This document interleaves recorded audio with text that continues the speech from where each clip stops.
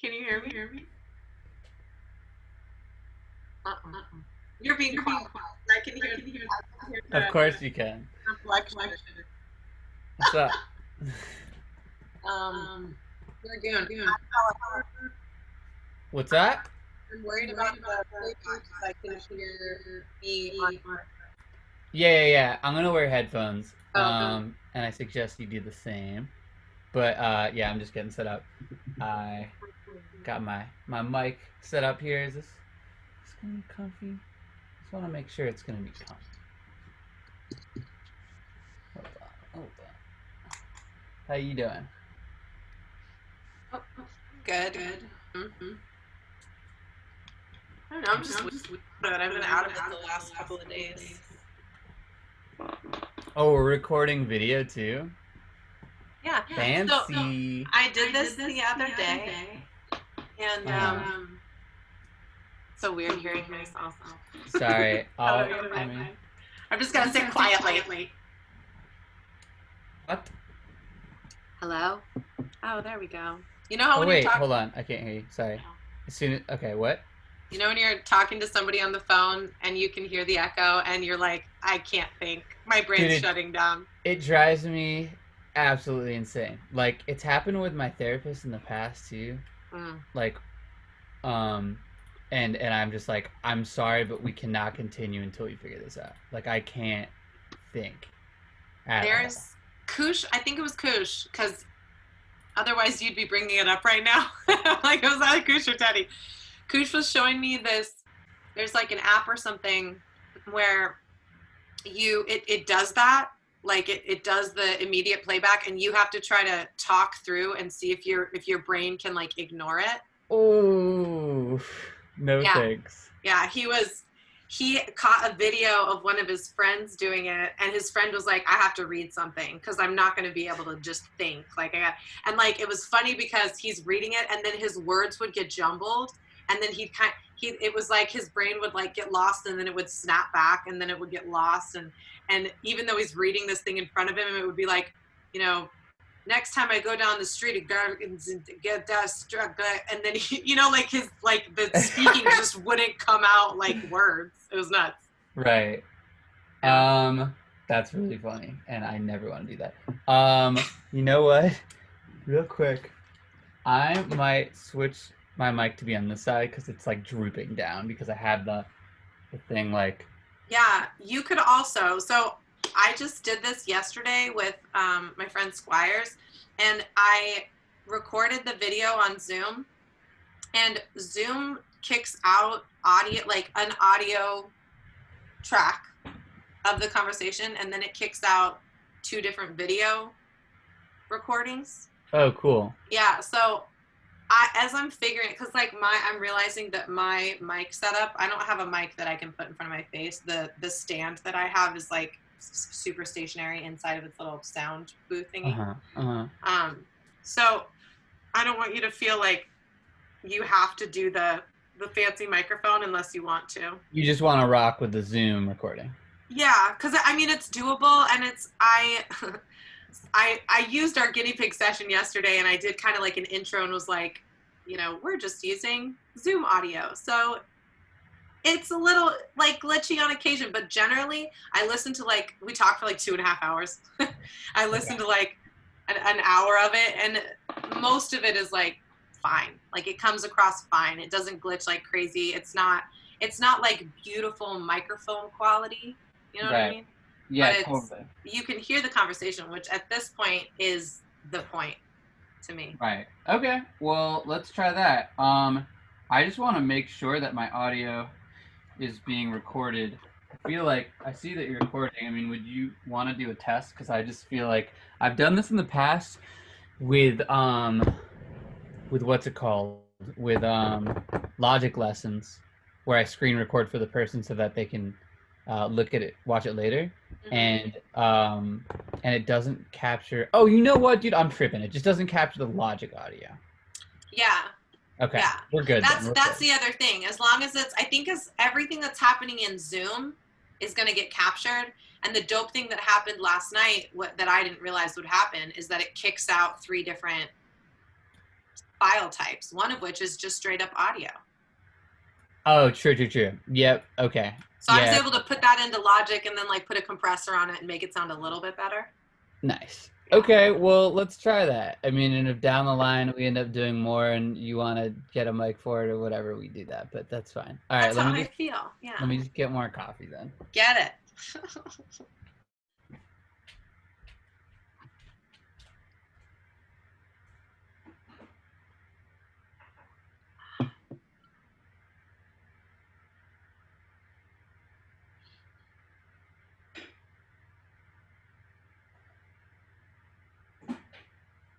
So are you gonna pull a Pete Holmes on me? Not that you even know what that means yet. I don't. That's the intro.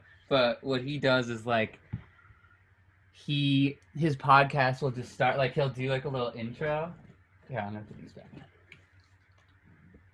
He'll do like a little intro and then he'll do he'll be like, this is what this conversation was like a couple weeks ago, and he's like, and now I'm putting it out or whatever, and he'll just be like, and he's like, and here's the episode, and it'll just start with them like sitting down and getting situated. Like he records the whole thing. Like he would put that whole part out of us like figuring out the microphone and stuff. It's funny because when you went into the kitchen, I was like, should I put this in? You know what I mean? Like, should I just have the moment of me like awkwardly sipping my tea?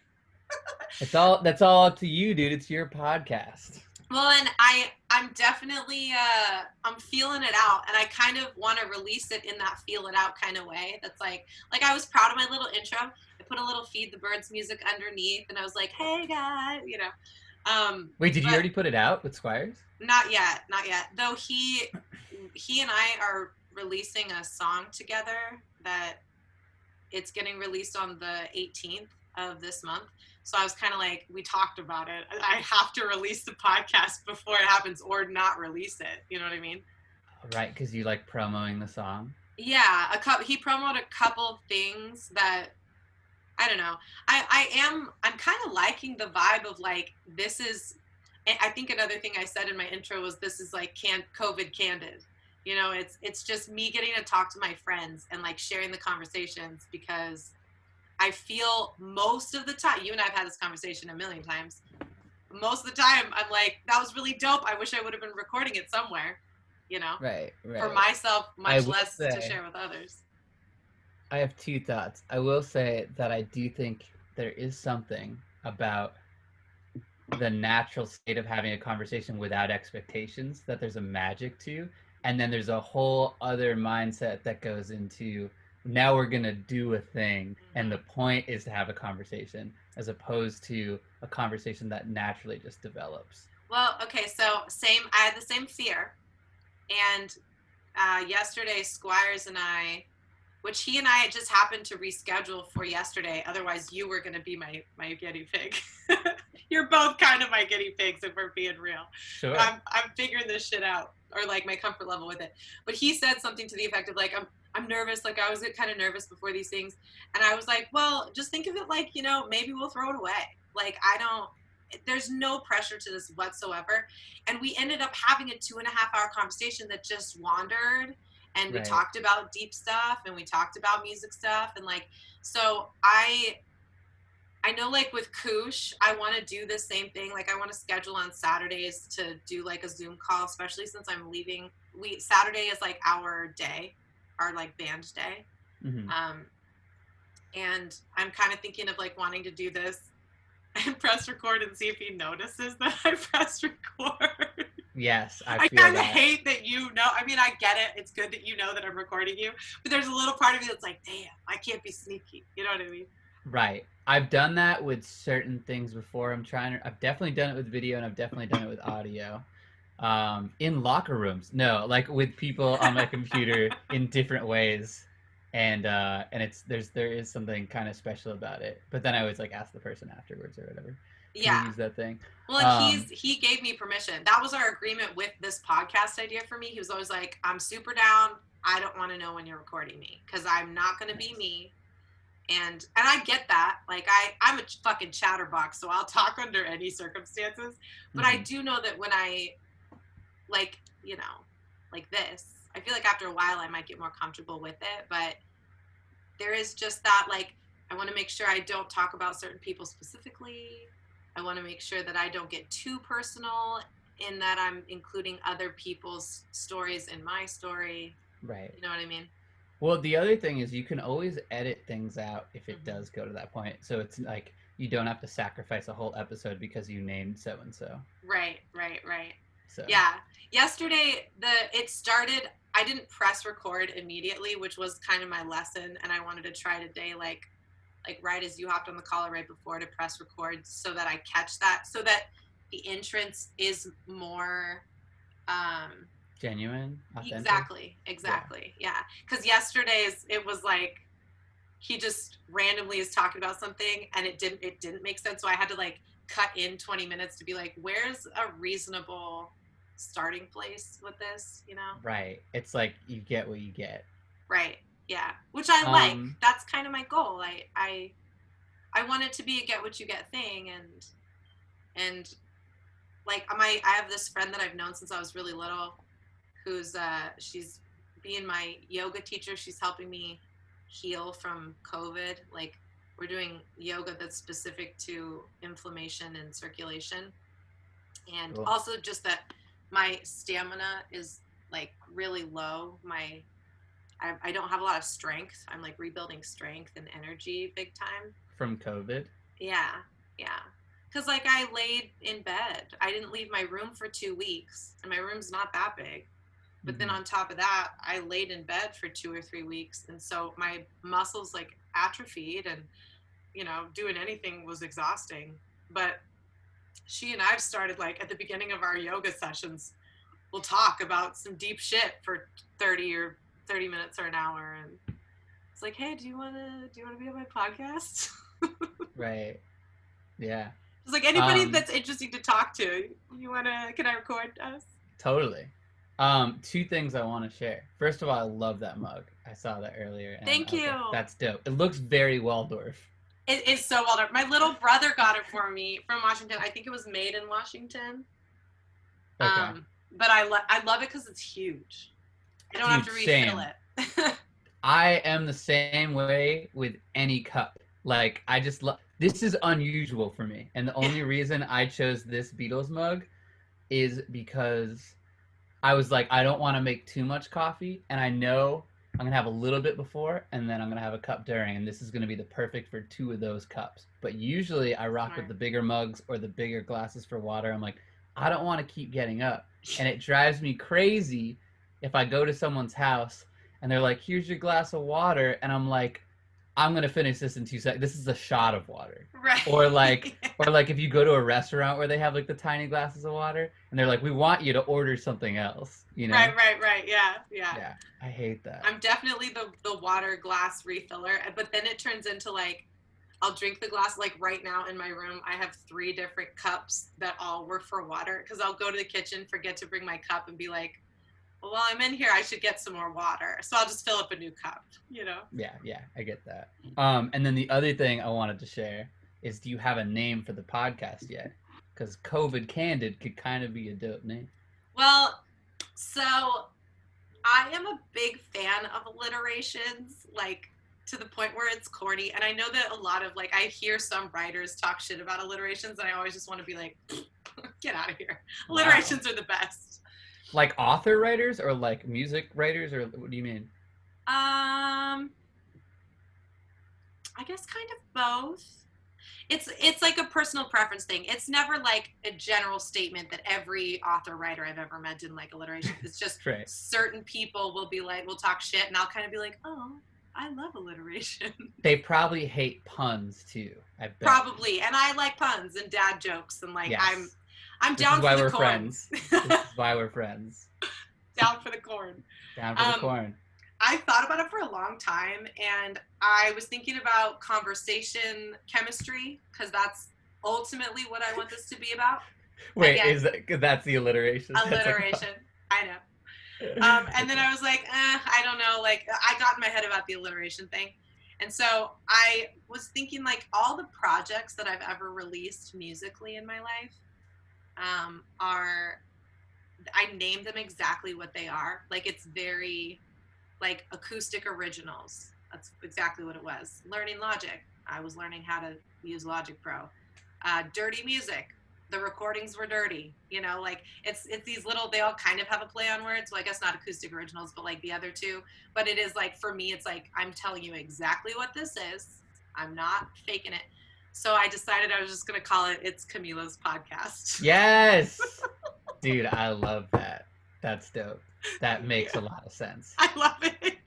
I love it. Um, I have the art for it too. I'll send it to you. I have like I made my little cover thing. oh, sick. You're prepared. I'm ready to go. I don't know why I thought this was more casual than it is. Obviously, knowing you and how you presented it to me, it is casual, but for some reason I thought you weren't as prepared. I don't know why. No, well, I've been thinking about it I've been talking about wanting to do a podcast like this. Like, you and I talked about it a year ago.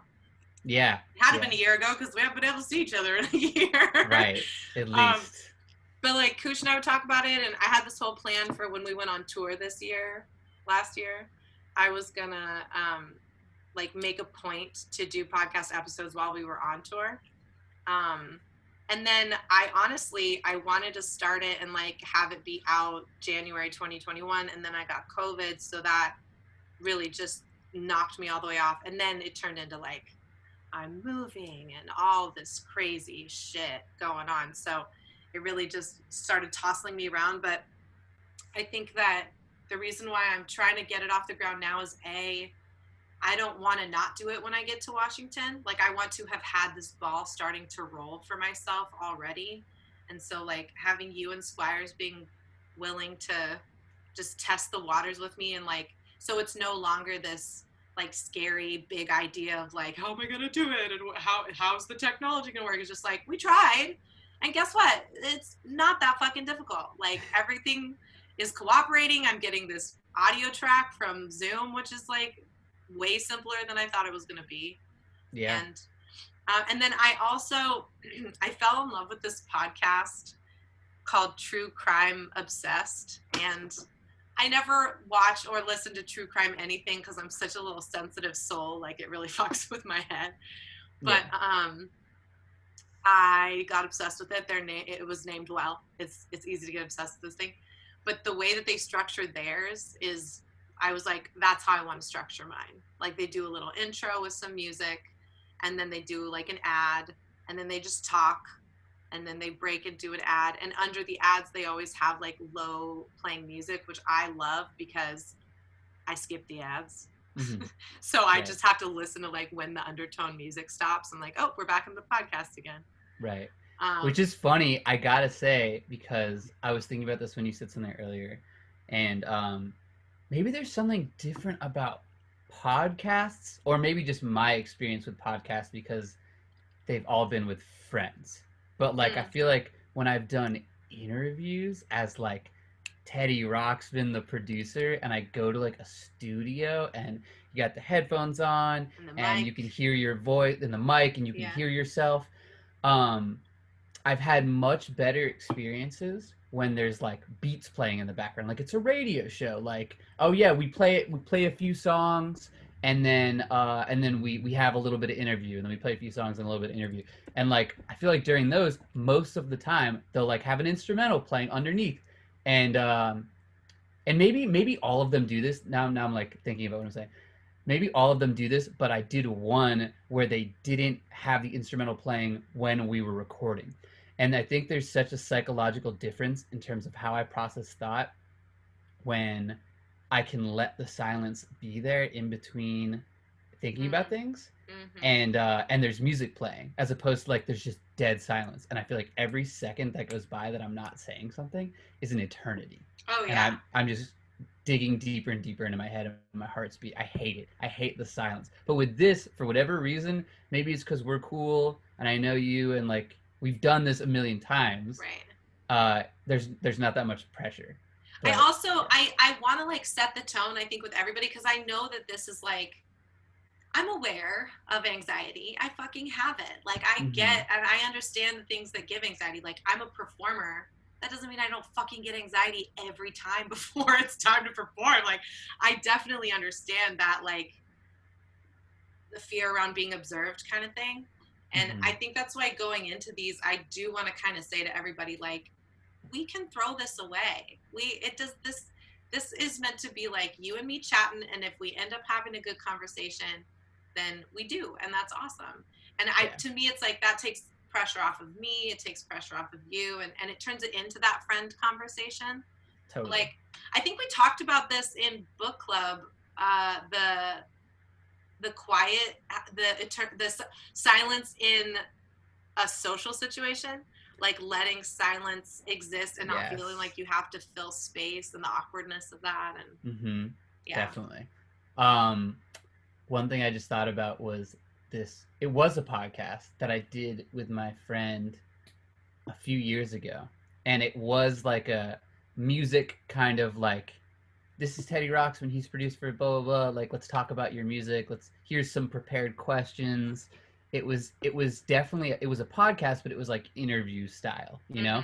And I felt, you know, I've known dude for a while, and like we're cool, and like it was okay, but I felt like there was some awkward moments, and there was that pressure and whatever. And I just remember we did it. It was about an hour long, and then we finished, and then we just hung out after, and we had a couple beers, and like we were just talking. And after like a half hour or 45 minutes of that, he was like, yo, can we just you want to just do another one? Yeah. And like he just started recording again. I was like, sure. And then we did another one that lasted like an hour and a half, and that was so much better and more comfortable, because it was just like, now we're just in this groove of talking, and we're not overthinking it. There's not as much pressure. A couple beers are involved. Right. You know, so. Yeah. I feel like if I was still smoking weed, then I would, for the people who smoke weed, I'd be like, let's hit a little weed and see what happens. You know what I mean? Which maybe that's so funny. 2022, that'll be the theme of the podcast. But I'm trying to get through 2021 without smoking weed. That's my goal at this point. Hell yeah, that's a great goal. I'm so opposite of that, because like if I smoke, I get so much more in my head and much less comfortable. I guess that's true. Weed does. I guess it would be. I feel like with Lando, I'd be like, Lando, let's get high and talk. I'd be like, okay, great, yeah. Yeah, it's so interesting to me forever, just like how different people are affected by weed. And occasionally I'll have this rare, like, it has to be like a certain concoction. It's like 3 beers deep, and then I hit a joint like twice, and then it's like social heaven. Like, I don't know what happens, but I'm just on one. I'm like inspired and creative, and I open this other little door in my brain, but I'm still like very social and comfortable, and that'll happen sometimes. But like, if you're like, hey, you know, we smoke weed on this podcast, you'd be like, count me out. I'm good. I don't want any part of that. You know Wax. You've done music and stuff with it. He did maybe we talked about this too. We because we see each other once a week in fucking book club, I'm like, I'm sure we talked about this already. But that, weren't they talking about how he was on the Edibles show, and like where it was like a vlog or whatever, like a video, and they ate weed food and then like were on the show. And I remember being like, it was my same response as what you're saying. I was like, never. I would never agree to that shit. I would lose my mind and probably end up vomiting, and it would not be a good look for me right. to have that on video, plus, you know, publicly available. Right, that takes a certain type of person, like a Lando, or like my cousin who smokes like every day. It's like, I feel like certain people just like almost prefer it. Like, I know my cousin, for instance, he's like, I need to be like, get normal. I need to smoke to get normal. Like, before we went into like a family reunion once, he was like, I want to smoke before I go in. And I'm like, fuck no. Like, he's like, I need to, like, that loosens him up. I'm just like, that makes me a whole other person. I get it. I mean, it's weird because I was the same way for many years. Like, I really can resonate with that get high to feel normal vibe with weed, not really with anything else. Sure.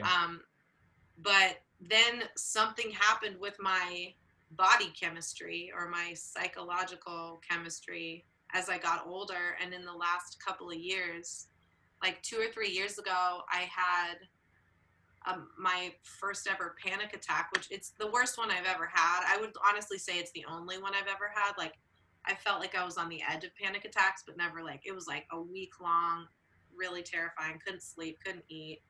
And I felt like it was triggered from weed.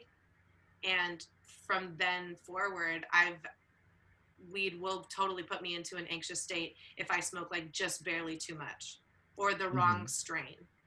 Or And, hanging out in the wrong environment. Right. Yeah. The wrong There's so environment. many factors. Yeah. And Yeah. I think about that all the time. Because I used to, I definitely used to smoke a lot more. Like I used to be like an everyday smoker. For instance, okay, there's this video of me on YouTube from like 10 years ago that my homie Elon put together. It's like a day in the life of Teddy Roxpin. And I still love it. It's really cool. Check it out if you haven't seen it. It's like I shot in black definitely and white. will. And it's like in my old bedroom studio in Alston, like Boston. It's on And YouTube? It's on YouTube. If you Okay, search great. Teddy Roxpin, it'll be like one of the first things to come up. Hell yeah. But and it's really cool. I thought it was really well done. Like I love the vibe of it. But I'm smoking the whole time, and I'm just like, I would never do that now. Like if I had to prepare for a thing, I wouldn't. And it's just interesting how, like you said, your body chemistry changes over time, and like so weed will just affect you differently than it did 10 years ago. That's just the way it goes. It's nuts. It also, part of me wonders if it's my body chemistry or how advanced weed has gotten in the last decade. True. Because like I remember at one point I was doing some music in Seattle also with a friend named Elon. And we were working on something, or I don't know, just the conversation came up where he was talking about the potency, like the percentage of THC. And I remember being like, I never considered that. No wonder I'm freaking out. I'm smoking like 28% THC weed. Like I want the 10% THC weed. Right, you know? right. Like of course exactly. I'm tripping, but of course my chemistry is shifting. These cannabinoids are like way through the roof for me. I have a friend, I think I might have told you this. I have a friend that I play a lot of games with. Like every time we hang out, I mean, obviously pre-COVID, we play. He has like a lot of board games and stuff, or video games. It's anytime we hang out, it's like different games. And so I'm usually learning something new.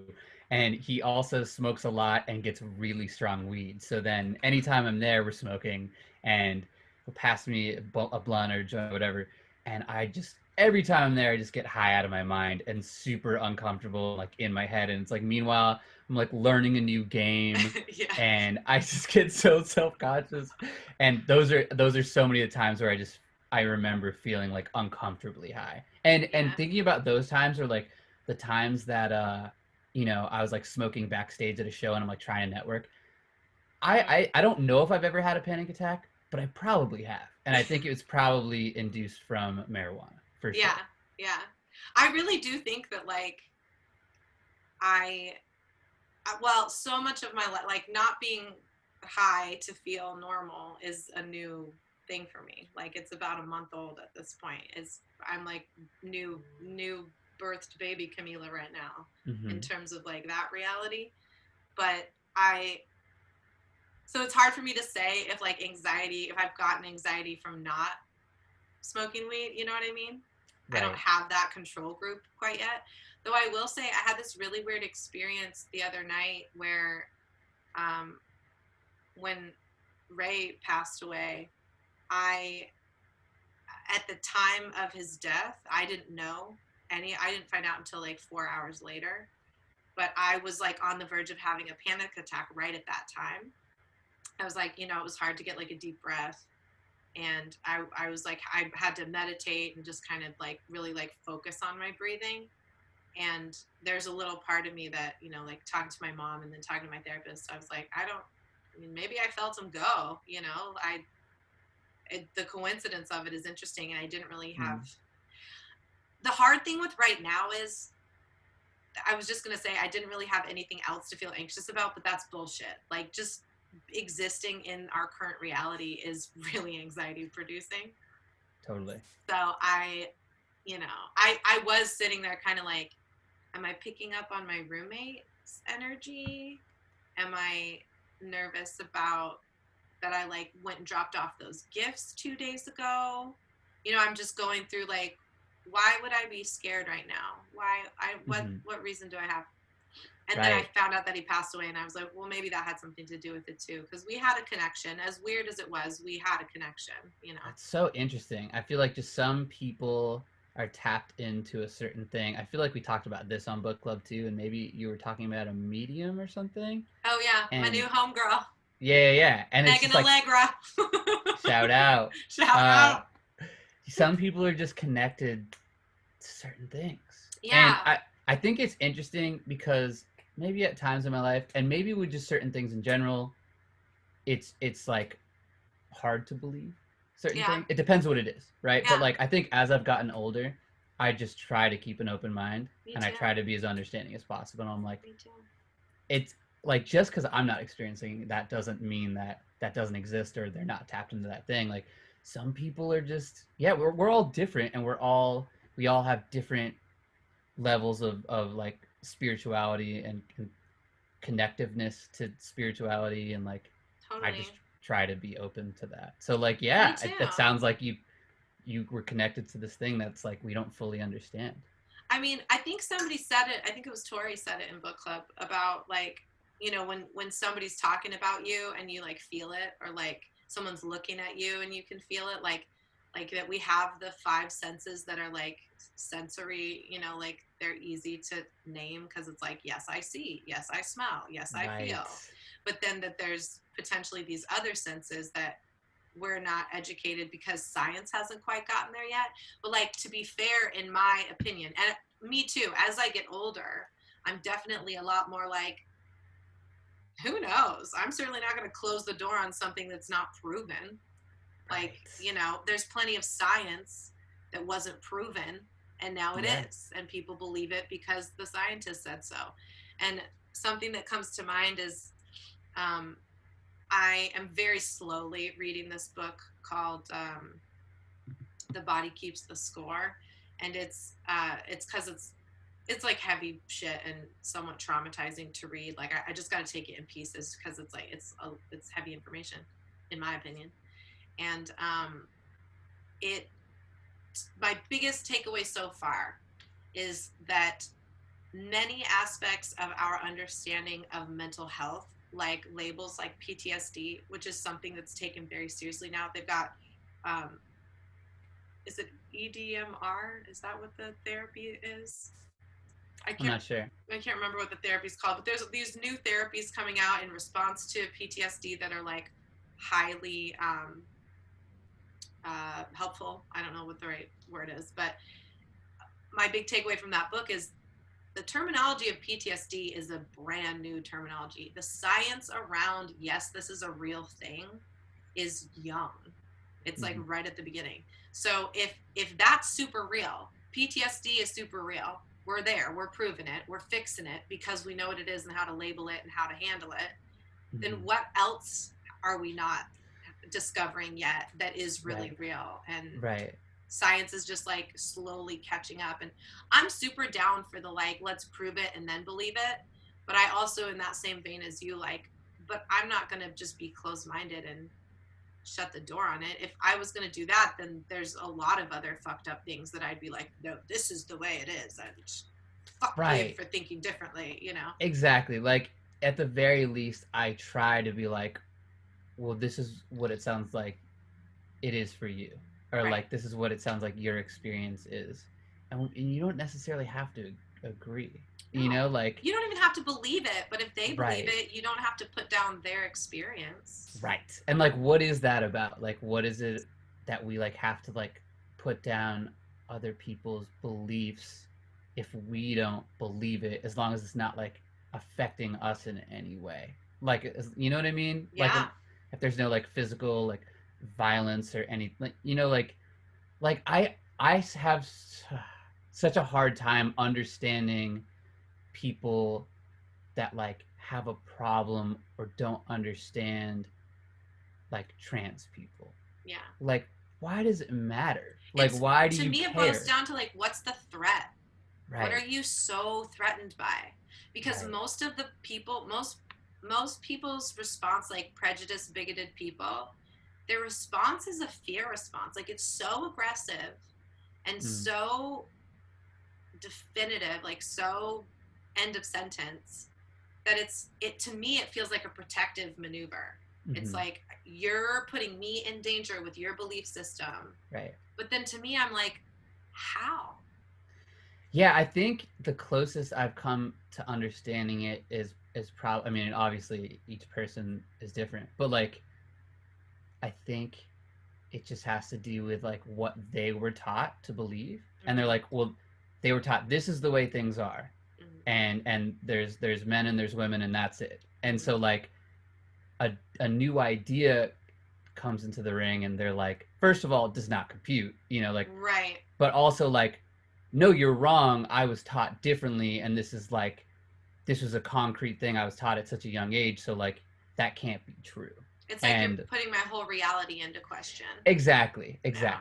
So like, it's probably really confusing and it kind of does probably threaten like some form of identity. Totally. And like, just, yeah, what they're grounded in. Totally. I guess, especially how they if they feel. Oh, sorry, I think we had like a lag. A glitchy glitch. Sorry, yeah, what were you saying? I was gonna say if it makes them question themselves. Like, I know that I am in the midst of some real deep inner wandering and questioning and like killing off, for lack of a better term, aspects of myself, of my or identity. Like unlearning. Unlearning is a great way to say it. That's really what it is. I'm unlearning old identity habits. Mm-hmm. And it's definitely emotionally a lot. I like emotion.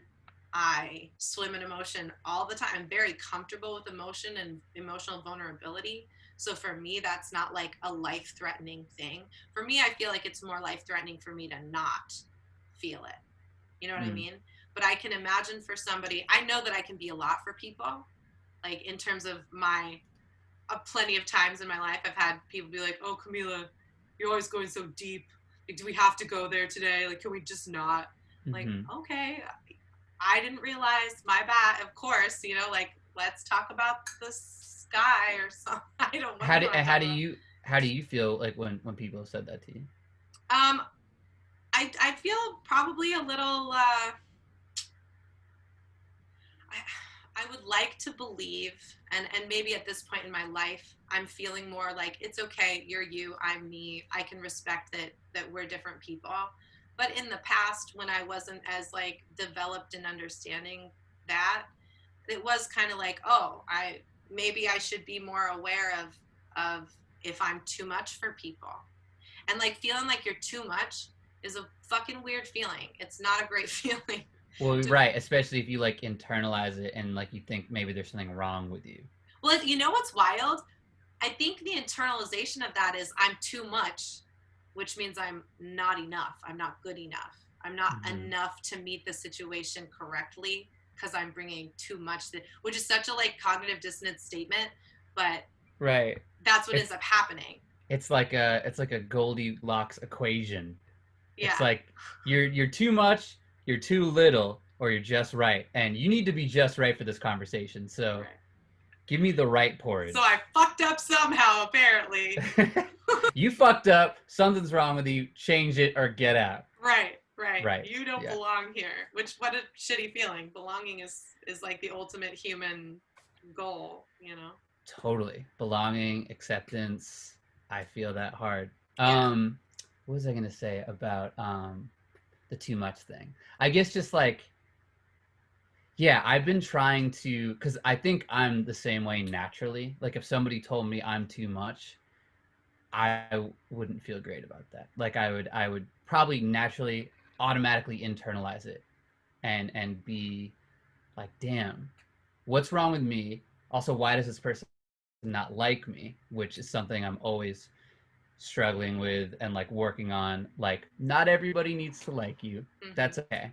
But I read something the other day, really fast. I read something the other day that was like, not everybody needs to like you because you don't like everybody. Like, we don't like, there are plenty of people that I'm like, no.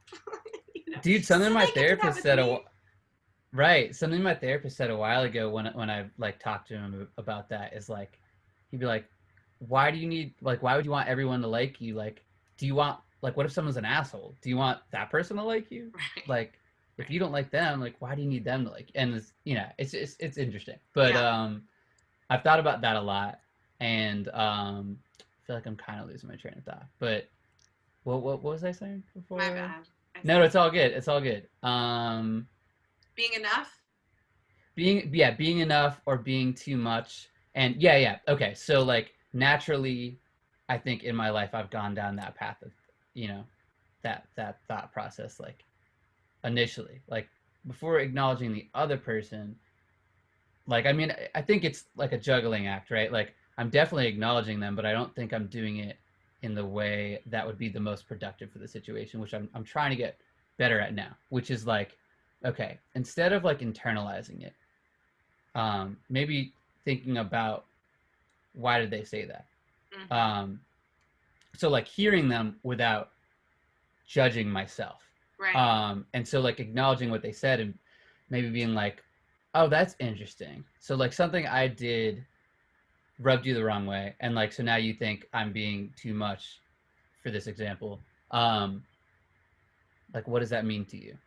Or Right. like what it, as we would say in nonviolent communication, like what need of yours is not being met.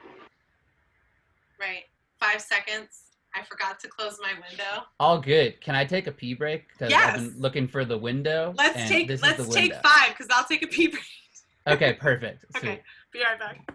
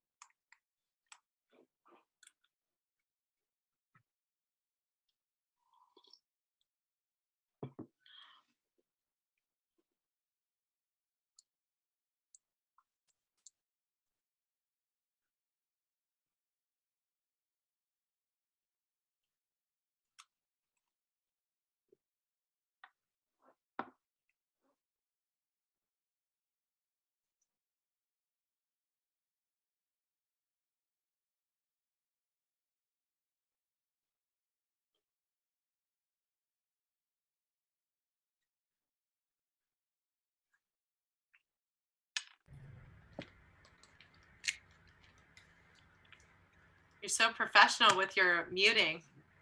Oh yeah, I gotta be that way. You're great. I got inspired by all this and I bought myself the fancy Zoom so I can. Oh, nice. Yeah. Hell yeah. I was gonna tell you, but then I was kind of like, oh, I don't know. I like that Teddy has control of the book club videos. I mean, dude, go for it if you want to. I But I don't know. You're just whatever. always there on time, and honestly, I do like kind of sharing the host thing with you. Like I like having you be like, "Hey Camila, let's do the reminder of the community guideline." Like just having that other person kind of like holding space with me because I don't know, I get forgetful and shit. Word. I'm glad to be there with you on the team. I appreciate it. If there's ever a week or anything that it's like I know I won't be there, it's good to know that like I don't have to set up a link. Gotcha. So that's cool. Yeah. From now on, I'm good. I got a whole year of it. Hell yeah. Something I just thought about, because like my coffee's almost done, and I grabbed a glass of water because I'm like, I think I want a beverage available. Yeah. I like, especially if I'm talking a lot. I mean, who doesn't, right? But like, I was just thinking about back to the weed thing. Yeah. Remember one time me and some friends and Chaz went to what's it called? Governor's Island in New York for this Rock the Bells hip hop festival. Okay. And the lineup was sick. It was really dope. A lot of great acts. And I just remember early in the day, we saw Jedi Mind Tricks, and somebody passed us. No, it wasn't somebody passed us. There's a whole story that we could go into another time. But we acquired some weed at the festival. Okay. Through a guy that was selling like weed shirts. And this was back when like, weed was illegal. Well, it's New York too. Like, are they recreational, or they're not recreational? If they became legal, it was like in the last election. Okay, like so maybe they are they're now. Far behind in terms of weed legalization. Sure, but this is like 10 or 11 years ago, and so it was very not chill. Very illegal. And yeah. And anyways, we ended up buying some weed, and like my friend rolled a blunt in a porta potty. And oh wow! Can you imagine like nowadays that's straight up the before times. I'm like, I don't porta potty never again. Right? No, you don't need to. The rest of my life. We just have so much more balls now. Just like you'll just roll it on the street. Just, what's up, officer? I mean, like I feel some people, at least in California, I feel like it's like that. Like it's or like Denver or something. You're just like. Yeah, what's whatever. Up? What are you gonna pig? Do? Yeah, right. So fuck the police. He rolls this blunt in the porta potty. We go to see the Jedi Mind Trick set, and I just remember smoking this blunt and getting so damn high, like one of the highest times I've ever been high in my life. And I remember Vinny Paz threw it as a water bottle, and it like.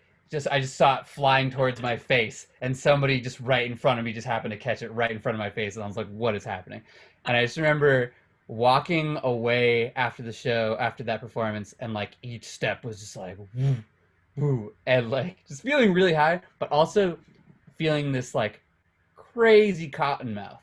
And I'm just thinking about it, I'm like, damn, remember you used to get cotton mouth all the time? And like I think I don't get cotton mouth as much, or at least it's like easily treatable because we're adults and weed has changed, so it's like way more chill and you can just do it in more places. And I'm not like worried about my parents finding out if I'm smoking or not. So you don't find yourselves in situations without beverages where it's like you're not out in the middle of the woods.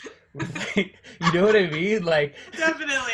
You're at home. Or like you're high and you gotta sneak upstairs and make sure your mom doesn't see you or something. Right, exactly. It's just like, no, I'm high and I'm next to a vending machine or something. Like you're gonna find a beverage. It's gonna be okay. You're not gonna have cotton mouth and be stuck with it to the point where you like can't form words. Yeah. That's the worst feeling. It is the worst. I also dry eyes. That's actually something I'm dealing with right now, that like once I get moved up to Washington, I'm going to go to an ophthalmologist, like the fancier eye doctor. To like, cause I keep waking up in the morning with really dry eyes, and I've been using eye drops like to supplement it, cause it's like significant, and there's a little part of me that's like, did I smoke too much weed and now my eyes just get really dry? But Forever. I think that, right? I think that it is like a thing, you know, that hopefully Okay. is treatable. I don't know much about it. And I try to I stay think so. off WebMD because I scare the shit out of myself all the time.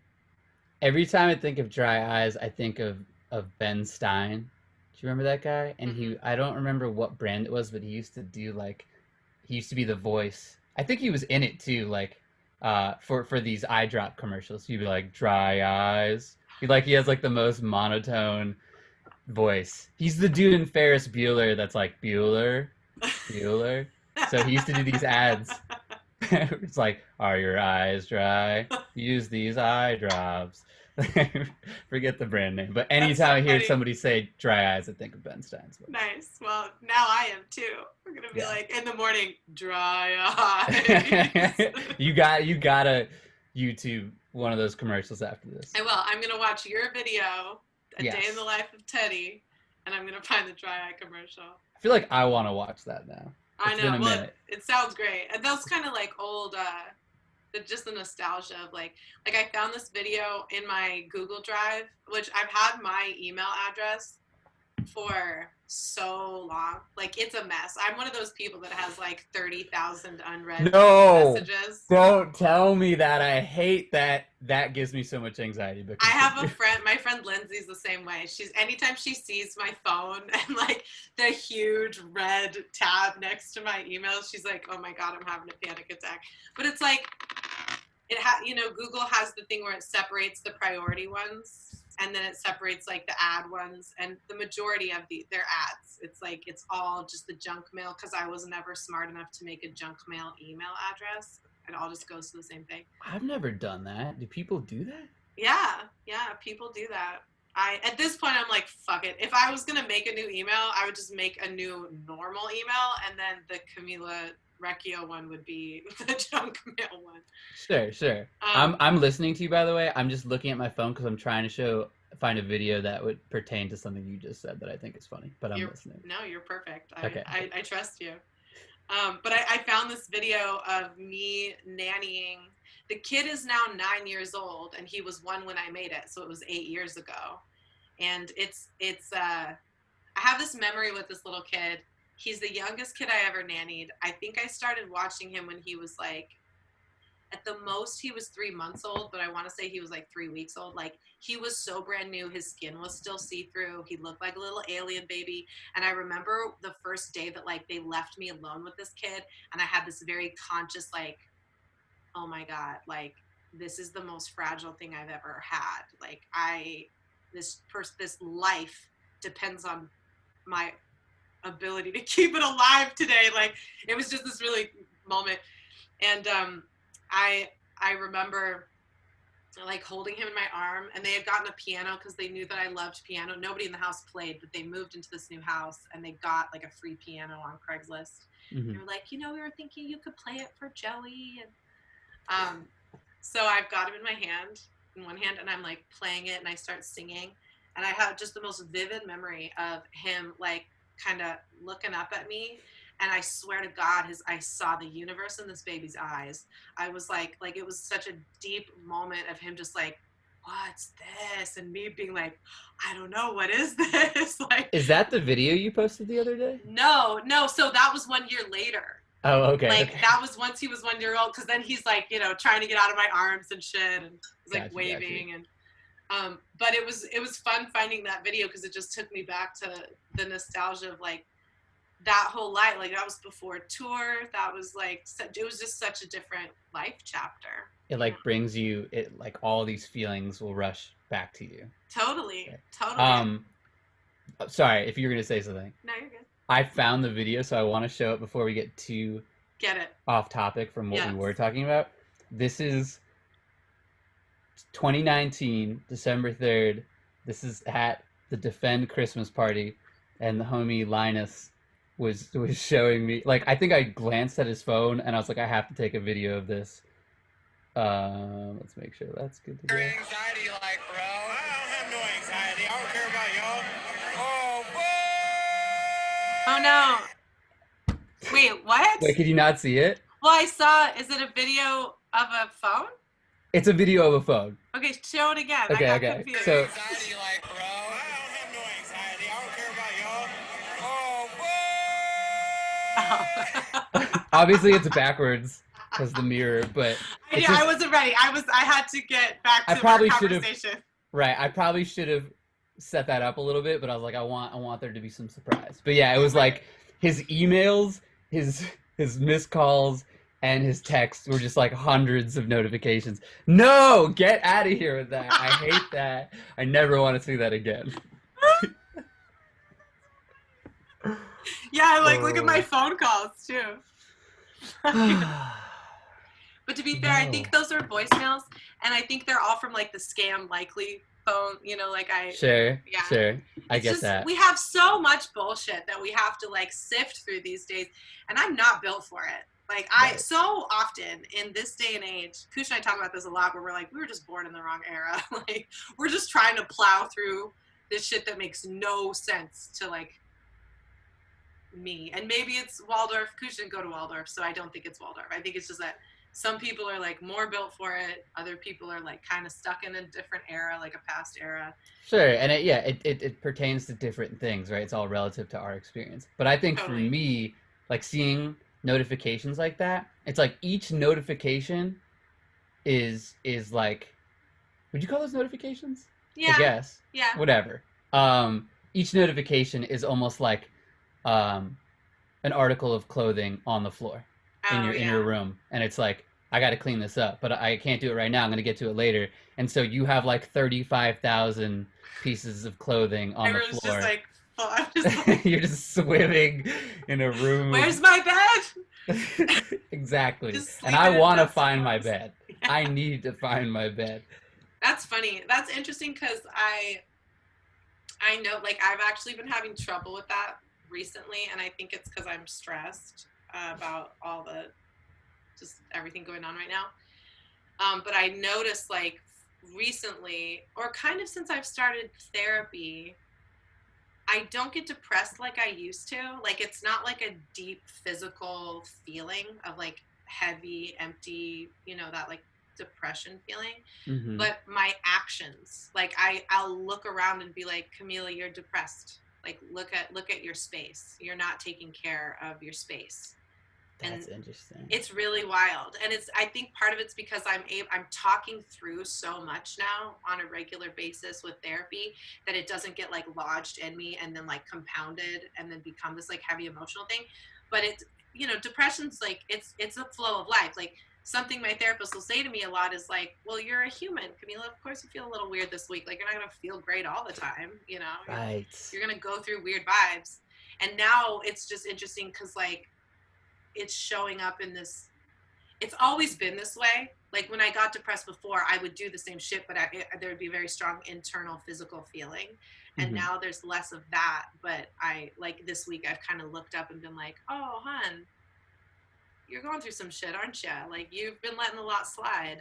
That's so interesting because I feel like, at least in my experience, like, I relate that to this feeling of like a type of depression or a type of like deep, like having deep feelings of sadness or whatever, anger, whatever it could be, and like not really dealing with it or not understanding it. And so like there can be this feeling of helplessness. I mean, there still can, even when you understand it, because there's so many things that are just out of our control and that we can't do anything about.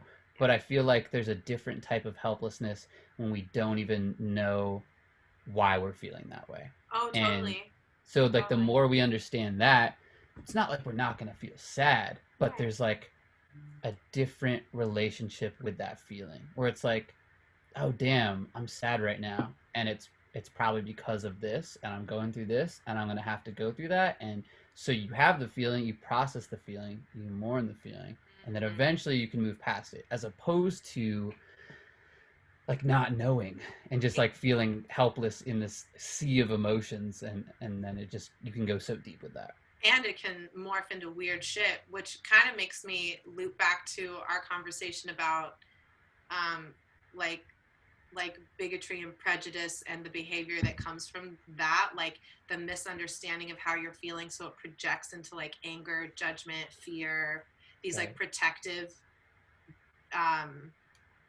outward aggression, kind of, rather than like, well, what's actually, rather than judging that this person is trans, what's going on inside of me that's making me want to judge their lifestyle that has nothing to do with me. Totally. Right? Like, and it is, I mean, I don't know. It's a lot. We're complicated, and we're complicated. Yeah. Even once you start getting into it, like once you start understanding it, it's still complicated. Something that this week I'm trying to be really aware of is I'm dealing with 2 deaths within a month of people that I was close to.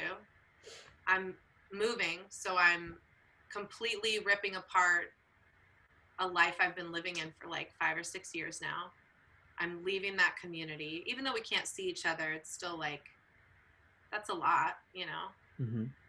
Recovering from COVID, which was super traumatizing, and like, you know, even though it wasn't that bad, it was really traumatizing experience. Like my yoga friend was saying, like, give each thing its space. Don't, you know, like, it's okay to focus on one for a minute, but don't put the other things down, because they need attention too. Mm-hmm. Like, you know, the depth it's going to come in, and like that, you know, that's a lot. Even if you weren't necessarily close with them, which I don't even think is true. I was close with these people. I saw them every day for a year and a half in their home. Yeah, like, totally. I was close with them. There was some type of connection, and there was definitely an involvement in your life. They were a part of your life. Totally. Yeah. And like, it's interesting because I keep trying to compare myself to my boss, in that it's like, well, but it was her mom and her husband, and like, think about what she's going through, and trying to do kind of like the trauma comparison, which I think is such a silly game that we all go into. Like, yeah, I've had trauma in my life, but I was never raped, you know, or like, mm-hmm. My parents are both still alive, you know, like, but I don't think that that's fair. Cause like, in terms of psychology, or what I've been learning about it, it doesn't matter what the trauma is. Like, there are different layers of trauma, but trauma compounds no matter what. Like, even if you were little and, you know, your dad came home and had a bad day and yelled at you for eating a cookie, versus like coming home and smacking you, mm-hmm. like both of those are going to get internalized as like, I'm wrong. I did something wrong. Therefore, I'm wrong. And like, you know, those beliefs really kick in. So I'm trying to monitor that a lot for myself right now, that just like, I don't play trauma comparison with the fact that like, I only knew them for a year and a half. They weren't my like family, but then at the same time, it's like, but I was super welcomed into that family. Like, we said we loved each other, and I was there for Christmas and holidays, and like, you know, there was a lot of thinking about each other going on, like reciprocity in that way. Mm-hmm. And I don't know. I'm sorry. No, go ahead. I'm not sure how deep you want to go with this specific situation, or how much you want to reveal, so tell me. Well, we can always cut it out. Sure. I guess I was just going to say, like, why do you think that's your natural response? Is to like downplay it, or like not let yourself go there? Is it because like there was a negative part of that relationship, and so it's hard to kind of like process those feelings because it's so complex? So it's not like one or the other. So like, part of you might be like angry, mm-hmm. or like you didn't like that relationship, but you're like, so then why am I feeling sad? You know, like it has to be one or the other, but it doesn't, because we're complex, and it can be both. It can be multiple things at once. Hit the nail all the way on the head. Like, I feel really pulled, like really, like there is remorse and sadness, because there was love there. It was messy love, but there was love, and like some like respect, reciprocity thing. Right. And then at the same time, you know, there was like lifestyle belief disagreements, and also, you know, I was an employee, so I was only so much of myself in that setting to keep them comfortable with their world, because I was there to make their world more comfortable. Right. And so, yeah, I'm feeling very, very caught in like, how am I supposed to feel? I definitely have sadness and confusion and shock. Like his passing away was stunning, and not like shocking, like whiplash. And so yeah. I think it's interesting though, because we say that a lot, right? Like I hear people say that, like how am I supposed to feel? And like I think that's so interesting, because like dude, that could be so much. I feel like that's what's the word, layered, very layered. It can go very deep. Like does that mean like how was I taught to feel about certain things, or like what does society expect, or what is this particular situation, like what would they want, or like what does that mean? Well, Right? I mean, like we had talked about it before, like I had a lot of internal struggles around like, how much do I fight back in that, how much do I like defend other thought processes and belief, and like how much do I confront specifically his way of seeing the world, and also looking at it inside of that perspective of like, he's from a different era, he's from a different experience, like we, the culture that we've entered into in the last decade or less is so different than the one that we were just in for his whole life. Right. Like we've been going through so many structural adjustments in like what's culturally acceptable and uplifted. And yeah, I think also that there's a part of me in the like, how should I feel, pain comparison, grief comparison, like, but she's going through more than I am, so I shouldn't let my feelings be as confused or as much as they are. And like, I think for me personally, and maybe as a woman also, I don't, that's me putting my own like little cultural judgment on it, but like that idea that like, well, other people come first.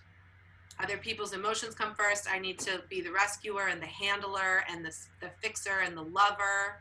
And I, like I'm strong enough or whatever. And I'm realizing now that like strength actually for me means putting myself first. It is a way more difficult and strength oriented thing for me to go, I'm going to be loyal to me first. I'm still a loyal person. I'm not worried that I'm going to be like a jackass or a dickbag because I'm loyal to a fault up to this point in my life. My 2021 resolution is to be loyal to myself first and foremost. Like put my mask on first in the airplane and then put theirs on. And do you think that's hard to do because there's like such a stigma attached to like taking care of ourselves first, like, and it's associated with like, this idea of selfishness? Definitely. Yeah.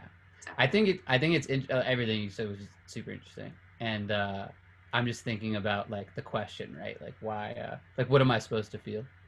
And like, fuck that.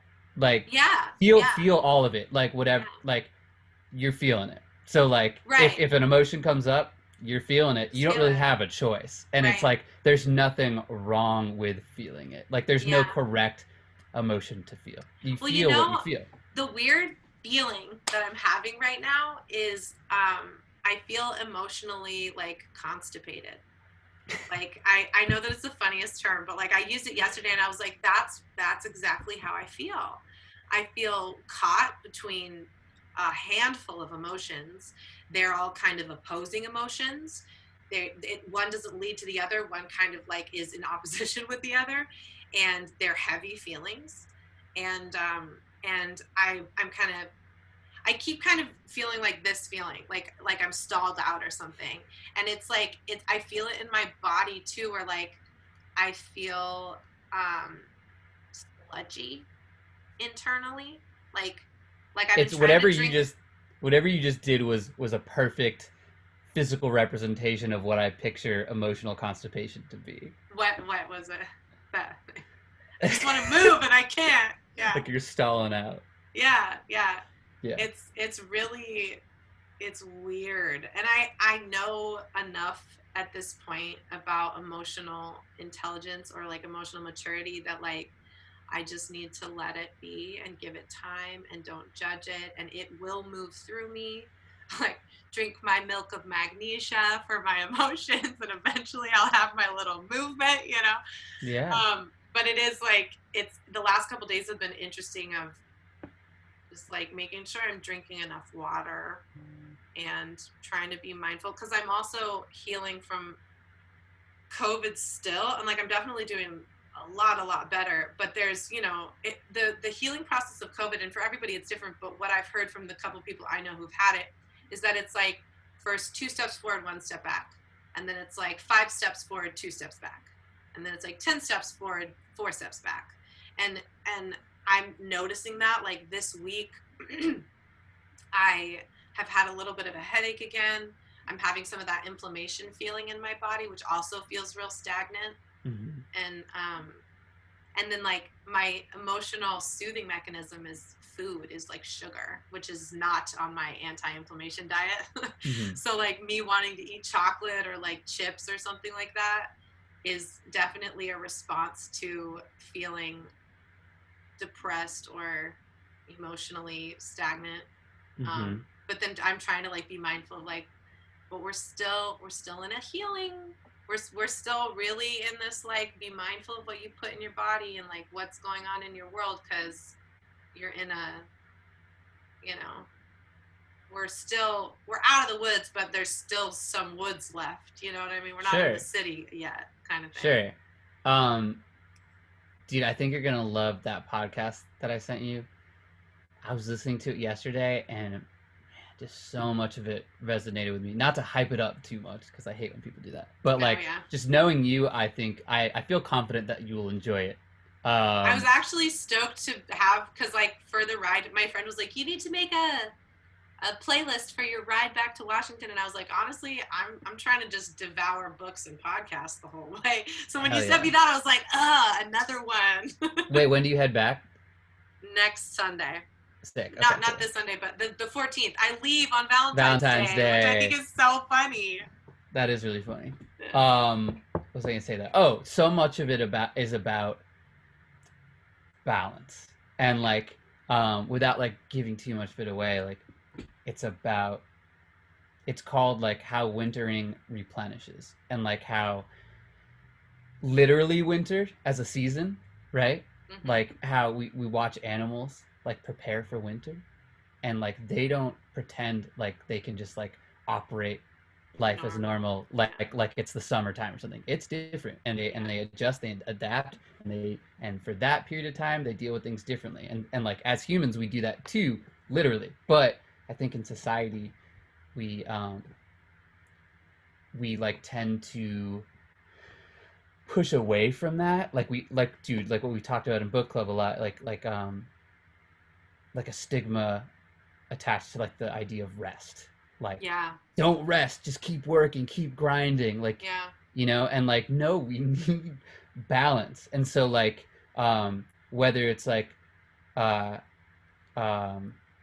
physically or like actually or like metaphorically, you know, like metaphorically, like pertaining to winter, like this idea that like no, we need a balance, like we need rest, and like that's so important. And like, you know, emotionally too, we need balance. So like we, you know, talk about feelings of like sadness so negatively, or like you don't want to feel that, so like let's do that as, you know, as little as possible. But like in reality, you can't just be happy all the time. It can't be summer all the time. Like you need that balance, otherwise life would just be totally different. Like we need that to appreciate the happiness and to balance it out, and replenish for exactly. I early on in therapy, she said, she was referring to something somebody else said, like a lot of times she'll email me like little articles or like goofy videos or whatever, and then like, you know, when we're in therapy she refers to other people's stuff a lot, but one of the things she said, I can't remember what she was referencing, but it was somebody saying oh, perversion, my old friend, like, welcome back. You know, it's like the integration of shadow stuff rather than the denial of it. And I've really gotten into that over the last, like, basically since she said that, it really dug into me, like, shadow sadness, all of that, you know, perversion, all that shit. It's a part of being a human. And societally, we're like, no, keep it away, be chaste, and like pretend that you're, you know, perfect, which is also kind of a hilarious hypocrisy, because in like Christian beliefs, which is the belief system to me that would be poaching on that, like, be chaste, be perfect, they're the ones who are like, you're born a sinner. So that doesn't compute for me. Like, you're telling me I'm fucked up, and then you're telling me to be perfect. Like, that's Right. impossible. But I love that. I love the integration of shadow idea, that it's two aspects of self, and it equals the whole. If you're not including the shadow self, you will never be a whole self. And as Right. long as you're denying or feeling like shame or whatever, then it's probably it's compounding. So eventually it's going to show itself, probably in a way that you don't have control over or would be proud of. In the form of 35,000 emails? Yeah. No, I was thinking something more along the lines of like doing horrible activities or something like that. Sure, just like not dealing with your emotions. Yeah. Yeah. I don't see my junk mail as my undealt with emotions. I just thought it was a funny great. connection. It's funny. That was great. Yeah, no, it's so interesting that we just like, because being depressed sucks, and like we don't want to feel that way. So like we've learned like we don't like that. So like, oh, let's just deny it. It's not real, and that's not really healthy. Well, and I think even, yes, we don't like it, but I think that we do have a little bit, and this isn't like proper terminology, this is what I would call it, but I think that there's like an emotional masochist that lives inside of most of us, that like, and you either like are aware of it and have control over it or whatever, like to differing extents. But like, I know at this point in my life, I'm really conscious of this, but in past places in my life, I got something out of being sad. Like I got something out of being depressed. And I have friends in my life who are still like Eeyore, you know, they're very like, the clouds are over my head and just everything hurts and it's like, well, you're constantly there, so you must be getting something from it, you know, like there's got to be some kind of reward even if it sucks. Like it's again, this is like a hard concept to like fully wrap your mind around, because nobody wants to like feel horrible or suicidal or something like that. And there is chemical imbalance. Like there's an array of reality to this. That it's not just like one thing. Right. But I think that there is, I'll speak for myself in my life, I was getting something out of that, whether it was sympathy from other people or an excuse for me to not move forward in my own life or own up to my patterns that kept creating these moments that made me really unhappy. It was like, well, as long as I'm remaining unhappy, then I have an excuse for not actualizing. I have a reason for not evolving to the place that I really want to be. I can keep blaming the fact that like my dad abandoned me, and so I have daddy issues, and so I keep ending up in these shitty relationships because of my dad, not because I don't love myself fully, you know. Do you think that's like, I mean, obviously it's a lot, it's not just one thing, but do you think it's partly like the fear of change, or like the feeling comfortable in doing things a certain way, even though these feelings of depression aren't necessarily comfortable, the way you deal with them, you're used to doing it a certain way. So you're like, well, at least my method of dealing with it is familiar, so I'm just going to keep doing this way. And if I did it a different way, that would be change, and that would be uncertain, and it's kind of scary and like uncomfortable. 100%. Because like change, discomfort is where growth happens. Comfort is where you just remain the same. And like you can be super comfortable with being really uncomfortable. You know what I mean? Like discomfort and being uncomfortable, those to me are different things.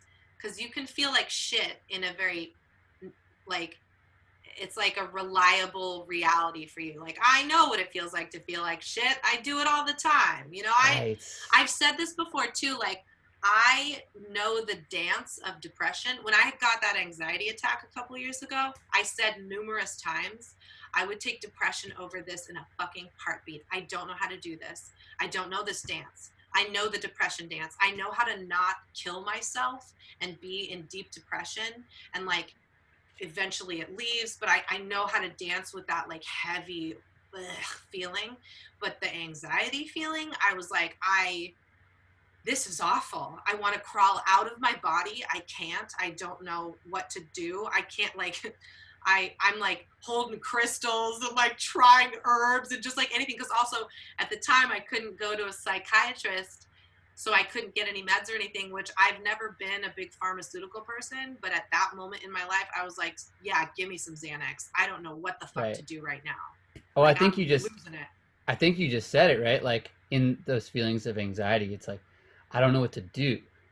We hate that because like that's a feeling of helplessness, and it's really uncomfortable. Like nobody wants to not know what to do, and feel helpless. It's a terrible feeling, and well, it's interesting because the discomfort of anxiety created a lot of change in my life. Like that, you know, it was some kind of internal something, some chemical, something shifted in me and created this. And like nothing crazy was going on in my life at the time that would have, you know, like there wasn't a new influx of trauma. Like Trump was president and that's really stressful or whatever. And maybe that just compounded to the point where I was like, I can't take it anymore. You know, we were in the middle. I do remember that we were in the middle of the government shutdown and TSA wasn't working, and my family was flying to Peru to go do ayahuasca in the jungle for 2 weeks, and they're in their 60s, and that was freaking me out. But then also like TSA wasn't working and tour was about to start. We had to do like 7 flights within the first week of tour, and I hate flying. So like the fact that also we didn't have like protective measures in place, and because Trump was being such a selfish little baby turd, I remember when my roommate told me that the government had been reinstated like 2 days before my parents' flights took off.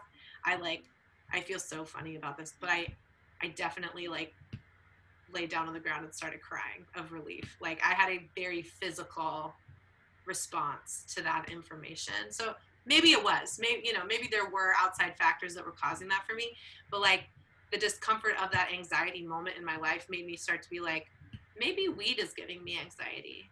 Maybe this person is giving me anxiety. I don't ever want to feel that again. That was so extremely uncomfortable that I want to really look at the things in my life that were going on right then that took me to that place.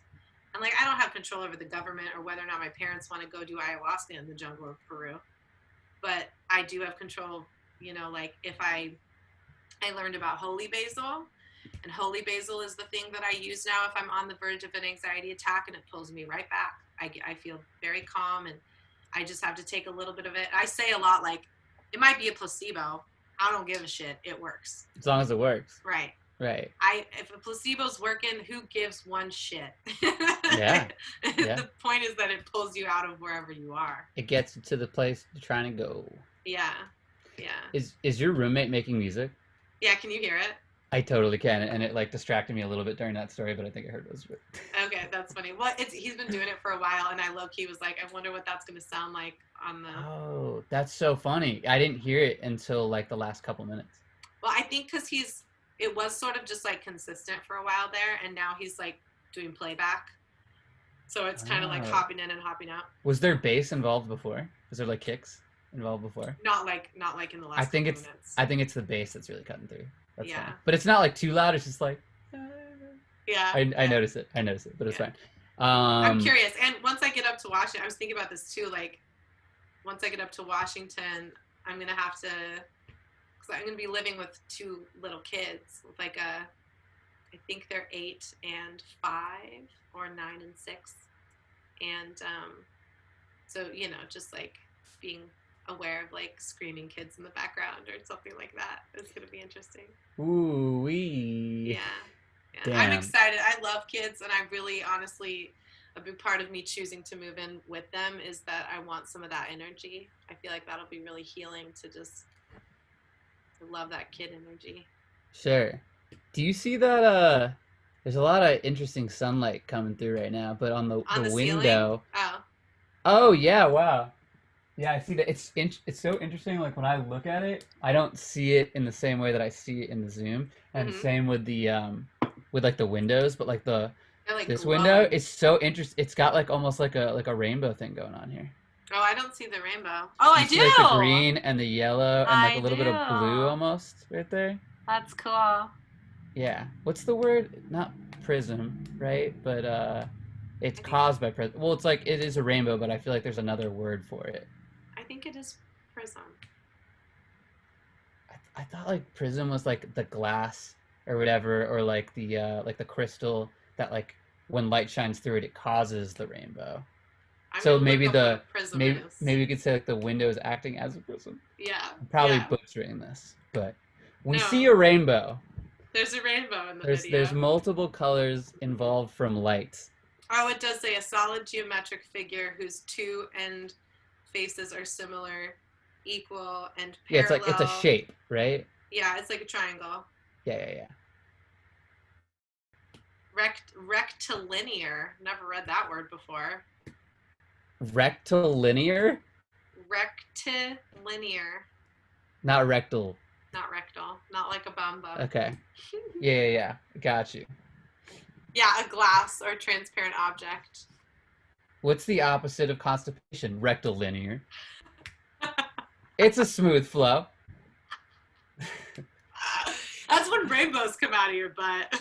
Yeah, totally. Have you seen that Snapchat filter? The rainbows out of the butt one? That's so funny. No, only the rainbows out of the mouth one. Yeah. I'm surprised they haven't incorporated it yet, with so many people probably checking their Snapchats while they're pooping. Oh, that's true. Isn't that so funny that that's just a thing? We all do it. We kind of joke about it, but also don't admit it to each other. But it's like every single human does that. Totally. I feel like, well, everybody's different, but like, I feel like it's almost like how people don't talk about sex. Yeah. Like especially like when it's like, you know, the couple, or like, you know, the other person, like that would just make things weird. Like we don't talk about sex with our partners with like other people usually. Yeah. It depends on the relationship, but whatever. Right, it's like we don't talk a lot about pooping and checking our phone, but like I feel like it's more out in the open than the former.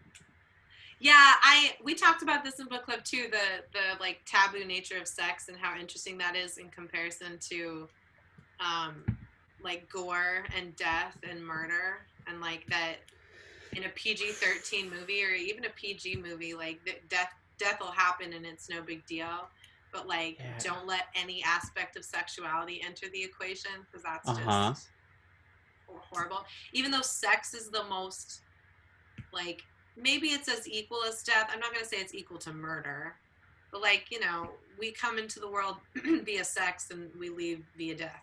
Right, because like, murder's not necessarily natural, but like death is. Yeah. And murder is a cause of death, but it was a forced cause of death. Right, and you don't only die from murder. Right, you don't? No. Okay. Yeah, there's a couple different ways. Oh, damn! Please teach me. No, yeah, for sure. Yeah, it's super. I mean, like, what is that? Is it because of religion? Is it like? I think so. Yeah, maybe. I don't know. Yeah. I don't know. I can't quite wrap my mind around why we would be, maybe because it's intimacy, and intimacy, we're definitely like, I think this is changing. I think that we're watching a big shift in that kind of consciousness happen currently, but like we've definitely, at the same time though, we're watching the conversation of sex become more natural too. Mm-hmm. Like I remember when I heard, was Nicki Minaj the one that said eat the booty like groceries years ago? So, yeah. Yeah, I can't remember what song it was. I'm pretty sure it was Nicki. I remember the first time I heard that song, like in a grocery store or like in a public location. Wait, was that line in the song in the grocery store? I think so, yeah. I guess you could. I guess there's nothing like the concept could be bleeped out, but like you know what I mean. Like sometimes I feel like somebody says a concept of something, and like because conceptually it's kind of hard for audiences to hear, they'll like bleep out booty, even though booty is something you could say on the radio. Right, But like I guess you could get away. There's so much you can get away with on the radio conceptually. Oh yeah. I mean, like, remember if you're when not using certain words. skeet is because they didn't know what skeet meant, and so there was that other song, maybe Little Wayne, I can't remember. Little Wayne. Little Wayne.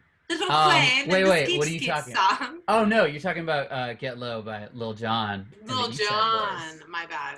Pardon me. Yeah. I'm so bad at names and. Were you a Chappelle Show guy? Were you a Chappelle Show person? I was a Chappelle Show guy. Yeah, Chappelle Show. yeah. Do you remember the one where he brings that up and he's like, the best part about skeet is white people don't know what it means yet. Yeah. Yeah. I love that shit because for a minute there it was like that was just a joke in the culture. That like the reason why it's on the radio is because white people don't know what that means. Dude, I tripped over this because when did that song come out? I must have been in middle school. It's like early 13. 2000s, yeah.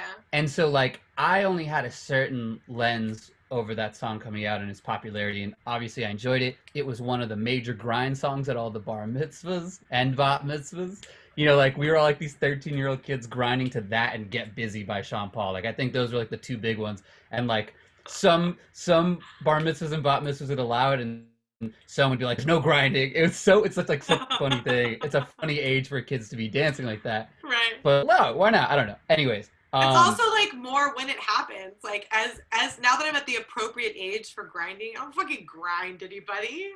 Yeah, right. We're in the pandemic, so I don't get the opportunity to. Period. But if we're grinding, we're fucking. That we skipped the like awkward dance part. You know what I mean? Right. Exactly.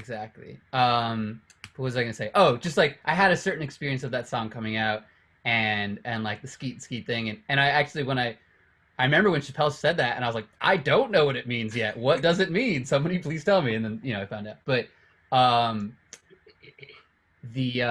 so I watched this. Have you seen Hip Hop Evolution on Netflix? No.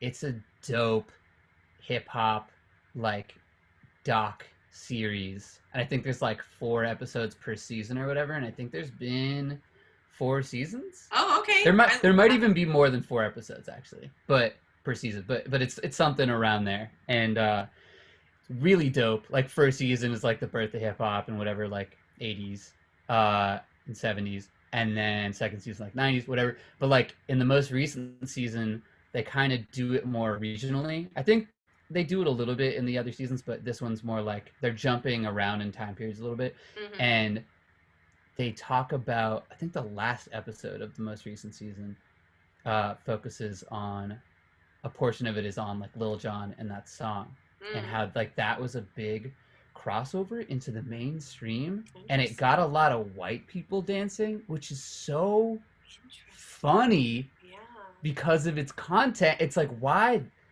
that song? And it was just like really interesting. Like I didn't know that as a kid. Like I wasn't able to see that. But that was like, I mean, I remember, granted, I liked hip hop, like pretty much from 8th grade into high school. I would say like 7th, 6th grade, I was still like an Alanis Morissette girl. You know what I'm saying? Like still like angsty, punky, whatever. But like high school era was definitely when I switched to hip hop, which was probably around the time that it was really taking off in mainstream music culture anyway. But I definitely remember that song. Yeah, it was huge. Yeah. And there's this one video that they show at like, I don't think it was the Grammys. Was it the Grammys? It might have been. But I picture maybe like MTV Music Awards or something. But it's like there's this big performance and everybody's singing along and dancing. And like just to Chappelle's point, it's like a lot of people just didn't even know what it meant, but they're like singing along, and it's just so funny and interesting. Yeah. But like I wouldn't picture a record like that to be this crossover. Yeah. I would picture something that was like, for lack of a better term, less vulgar.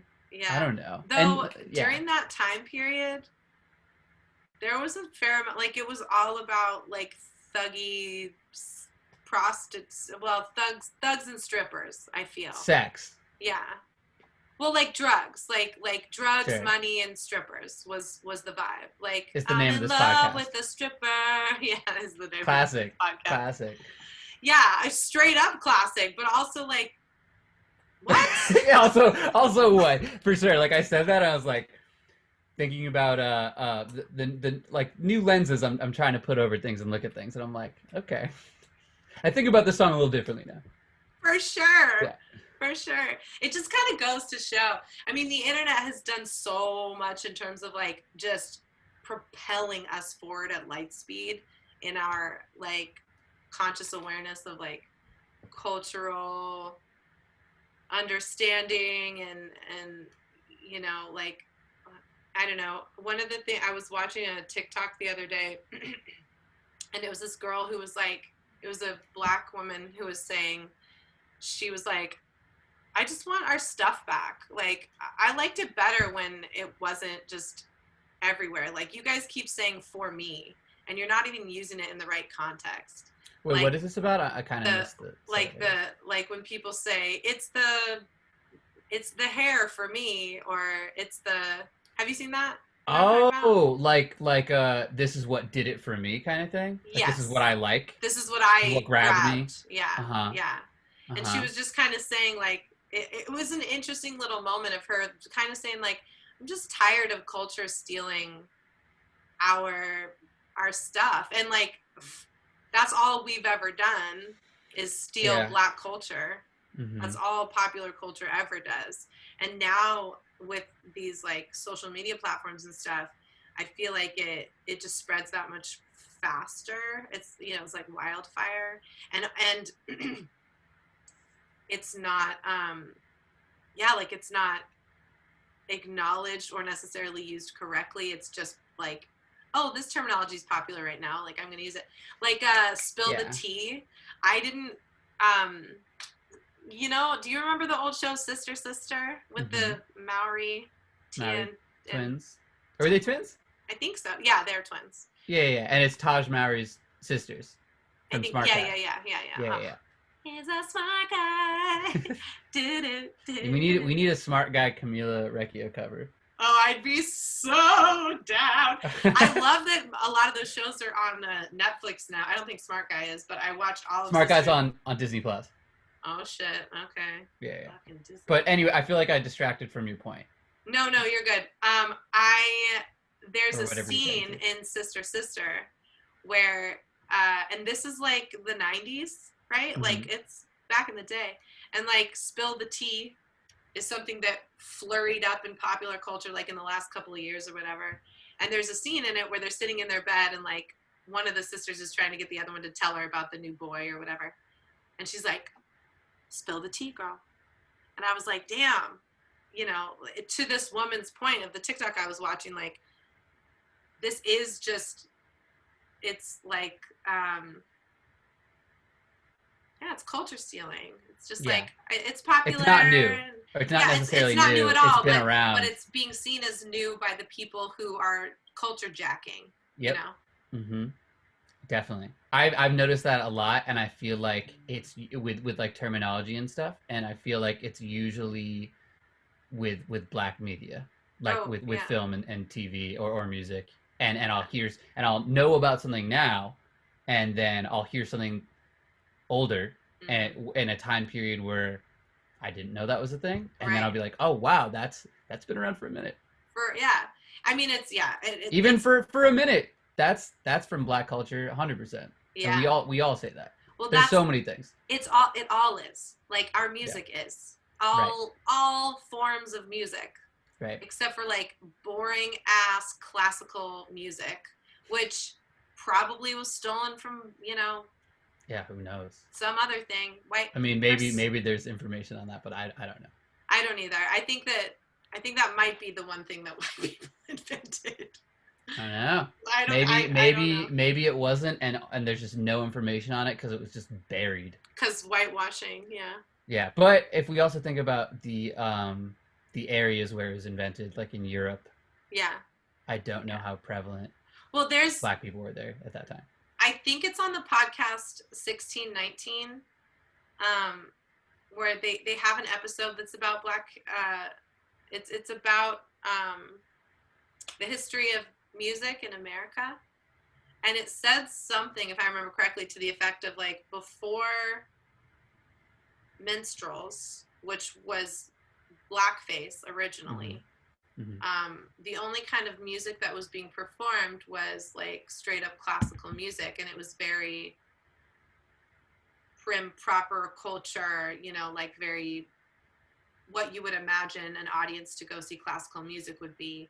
And then this guy, this white man, was walking past a stable. I'm like retelling this story so terribly, but 1619, amazing podcast, highly recommend all the episodes. But the music history one is whatever, they're all amazing. I learned a lot from that podcast. Yeah. Will you send me the music one? I will. Yeah. But yeah, so he walks Add it by. to the list. Yeah, exactly. It's on the Google Doc for the book club. Okay. It's on there. Yeah. Cool. Also, the one that Mark recommended, Black History Moments, loving that. Loving Sick. it. Yeah, did you post about it the other day on your story or something? I did. I've been posting a couple, like as I go through them, and the ones that really strike me, you know, they're all pretty striking, but like, yeah, I'm trying to, you know, I don't know.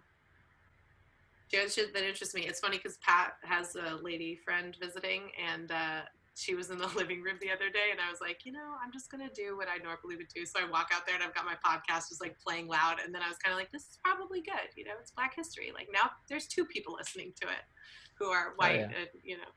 Sure. But yeah, it's just interesting. This like white guy walks past this black man working in a stable, and the black man's like singing and moving.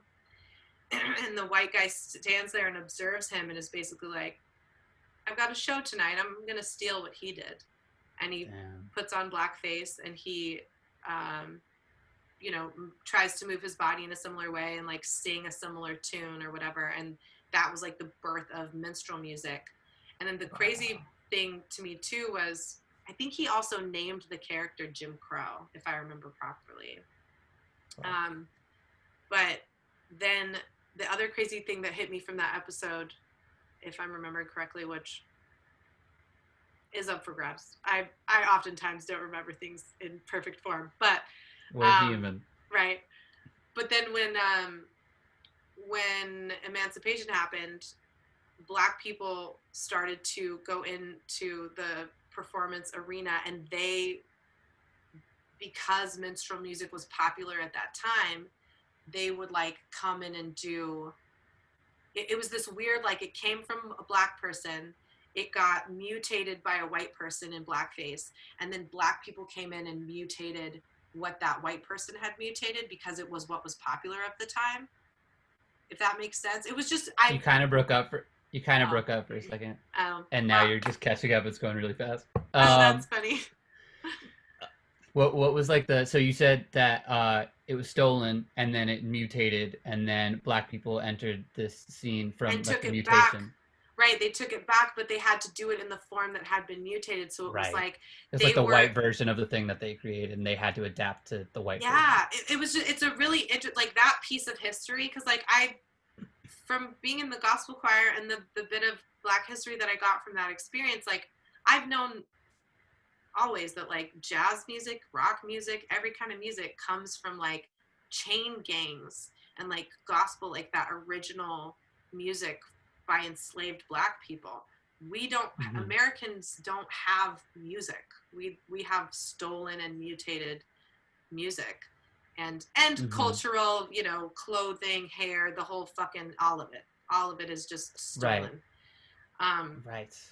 But yeah, that, anyway, listen to the episode because it'll way better explain to you what I'm talking about. And it's definitely like, there's moments in it where you're just like, wow. Right. Crazy. Dude, I was thinking about this the other day. I mean, I think about it a lot. It's just that, like, especially with a lot of the conversations going on right now, it's so tough because it's like, damn, this music was stolen. It doesn't really belong to white people. like Yeah. a lot, almost all popular music, right? And so like a lot of what I listen to, hip hop, R&B, soul, this is all music created by black people, stolen from white people, stolen by white people. Thank you. Yeah. And but then you have, now we're in this day and age where it's like, I mean, well, I guess it's always been that way, right? This is like the point of what we're talking about, that like there are a lot of white artists that perform this music, but like a lot of them do it so beautifully, and it's like, and then I have this trouble like separating the art. It's like in a vacuum, right? And just being like, oh, here's this art form, and then here's different people performing it, and I can enjoy both. But then if the history is so painful, and I'm just always torn on that. I am too. I mean, including myself and including you. Oh, I mean, we're all part of it. We're all guilty of it. Yeah, and it is like, it's like a huge just rat's nest, and like, where do you start the untangling, and how do you untangle, and what do reparations really look like, and what does equality and equity really look like when we're this far into this system that it's like when it comes to art, there's a part of me that's like, this is a healing thing for me. This is like, I had this conversation this last year with somebody on Instagram where they were like, you're going to lose a couple fans today because you're being such a bitch about voting for Biden or whatever. And I was like, homie, get out of here with that abusive language. I don't care. And I said, my music is my therapy. You just happen to like it. Like, I can't make, like, whatever weird thing you're trying to hold against me to vote for Joe Jorgensen or whatever, like, just get out of here, but I struggled, especially this summer, because I learned so much during the protests, more than I'd ever learned before. I struggled a lot with, like, I was taken under the wings of a Black gospel choir. My voice went from very folky to very soulful because they taught me, and I'm really grateful for it. And it's allowed me this like this deeper access point emotionally with music, where like I can make myself cry, much less I can make other people cry. And that was something that was really born for me in that choir experience, like touching hearts with the emotion of performing versus like just, oh, well, the words of the song, and it's meaningful words, so I'm just going to sing it. It's like attaching this like fourth dimension aspect to it. And but during the summer, I really came up against, like, I'm taking up space. Like, I'm taking up space that's not mine. Right. I was thinking about that the other day too. And I've talked to artists, there's some artists that have said something really similar, and like to the point where, white artists that make very like soulful R&B music, and them being like, do I want to change my style up? Like the sense of guilt, and like, the taking up space thing, which definitely hits hard. Like, it makes a lot of sense.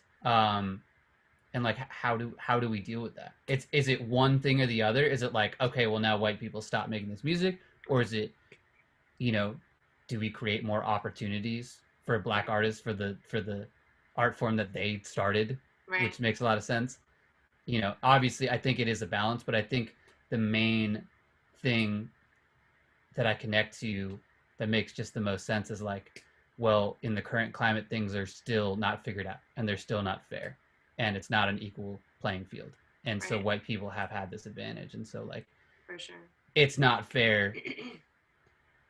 It's just not fair. So like, until we figure that out, if, we do need to create more opportunities, and I think just more importantly, we just need to rethink everything. Yeah. Well, like, I'm seeing everything with it, being conscious of it, right? Like, looking at it through a different lens, and like second guessing, and not just being like, oh, take, I'm going to do whatever I want. I'm just another artist in hip hop or R&B or whatever. It's like, well, think about the context of that and think about the history of that and what that use your means. platform, like whatever space you've been allowed to take up as a white person, you know, stealing, or, you know, I guess stealing ultimately, like whether or not I intentionally stole, that's what's happened. Right.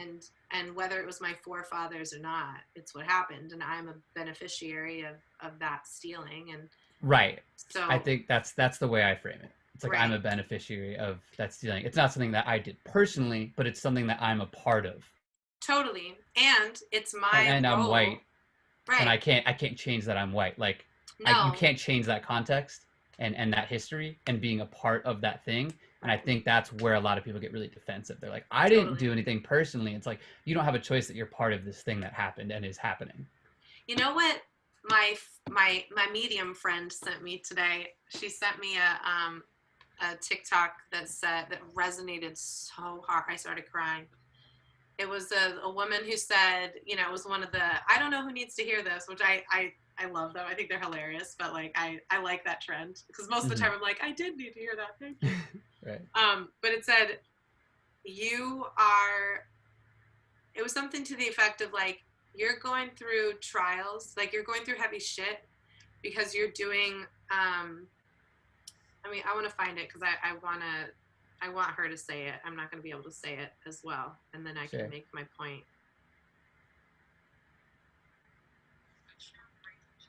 Curses and behaviors. That's why things don't come. I don't know who needs to hear this, but you're breaking generational curses and behaviors. That's why things don't come easy for you. You're who your bloodline has been waiting for. It really, you are who your bloodline has been waiting for hit me so hard, because like, I've been, you know, a lot of people talk about like ancestors and like bring your ancestors in to make you stronger, and like your ancestors are supporting you and like all that ideology. And I have some fucked up people in my ancestry. So it's kind of hard for me to feel like my ancestors got my back and they know, you know. I'm like, I don't know. There's a lot of shit that I've learned about in my family history that I absolutely am not proud of, happy with, would stand against, you know what I'm saying?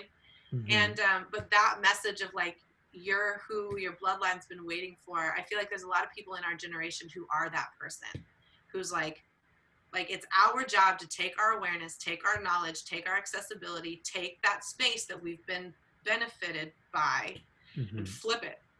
Right. And like, nothing's going to change unless we change it.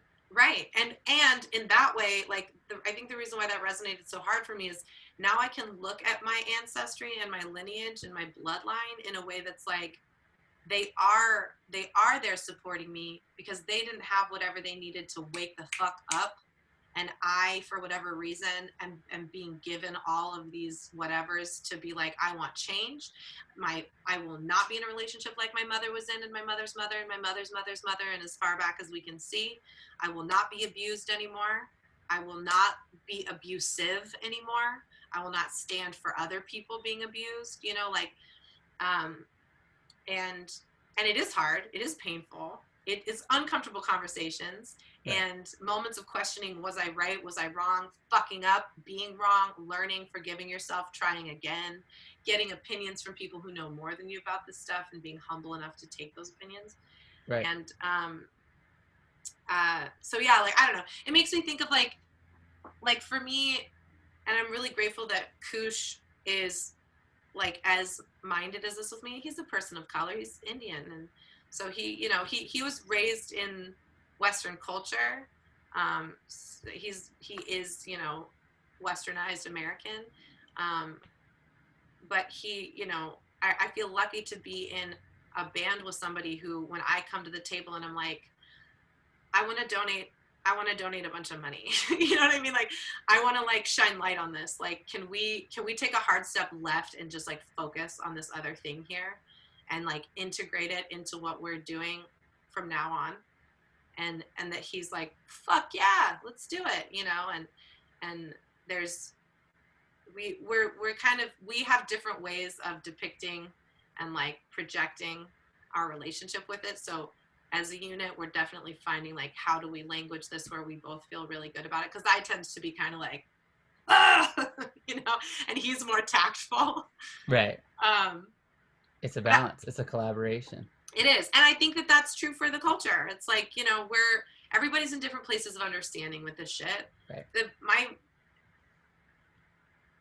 If you take away all of the white supremacists at the riot at the Capitol on the 6th, if you take away that like nasty, poisonous aspect that was the thickest undercurrent of what happened there, Mm-hmm. when I try to look at it with compassion and understanding, I see people who are very confused about something that they feel is needing fixing. And if I'm trying to find like similarities between myself and them, and again, I'm not talking about the Nazis or the white supremacists or the Confederate people, because they all, they're like from planet not even in the solar system. I don't understand those people. Right. But for the people who were just like, you know, the government's taking advantage of us, shit is corrupt, I agree. It is. I don't think we need to go try to like take senators hostage. Right, but also it's like different realities. Like they believe a complete different reality of like what the problems are. Exactly. And so but like they're going to approach it very differently. Well, exactly. And that's the like main issue. But when I go to the compassion place, I'm like, what's the matching center point? It's that like I want to do something to create change. I want to be a catalyst of change. And that I can resonate with. Totally. Not under the guise of white supremacy like all of they were, but from that standpoint of like, this shit's not right. Like this shit's not balanced and even, and you know, it's a hard comparison because like it is so messy. Yeah, it's very messy, but like I at least try to connect to. It's interesting that you went to like, you know, like issues or like what kind of things can we agree on action wise? Like, oh, we both want change. Maybe we want different change, but we both want change. But I tend to go more like the emotional route. Like, oh, we're both confused, or we both don't like the way things are going, or like we both are sad or angry or scared. You know, or scared, right? But it doesn't have to be about the same things. We don't have to agree on what the issues are, but like just trying to connect to the same emotions and be like, oh, I know how that feels to have that emotion. Yeah, which I guess ultimately that's what I mean. That's what I'm saying. That there's a kindred location somewhere. And I think that's what I mean when I say like the change, like we're all after change, but we're all after change because we're scared, angry, confused, you know, misinformed, lied to. And at this point, like there's a lot of conspiracy YouTube holes and shit to go down and get lost in, which is what prompted all of that. But yeah, I think that, I don't know. It's confusing. I lost my train of thought. It's a lot. It's all good. My brain was like, there's too much to choose from here. Put it down. Put it down. If there's too much going on, just put it down. Pick it up later. Right. You don't have to pick it up right now. No, we don't need to solve. You don't need to hold it. Right now. No, we don't. But all we can do is try. And I'm glad that we are all trying to be more conscious of what we feel like needs to be done, and what we have control over, and what we can try to change, and what we believe in. And you know, it's about having these conversations and these difficult conversations, and like you said before, like growth comes from, or can come from, I don't know if it solely does, but I think a big part of growth is being uncomfortable.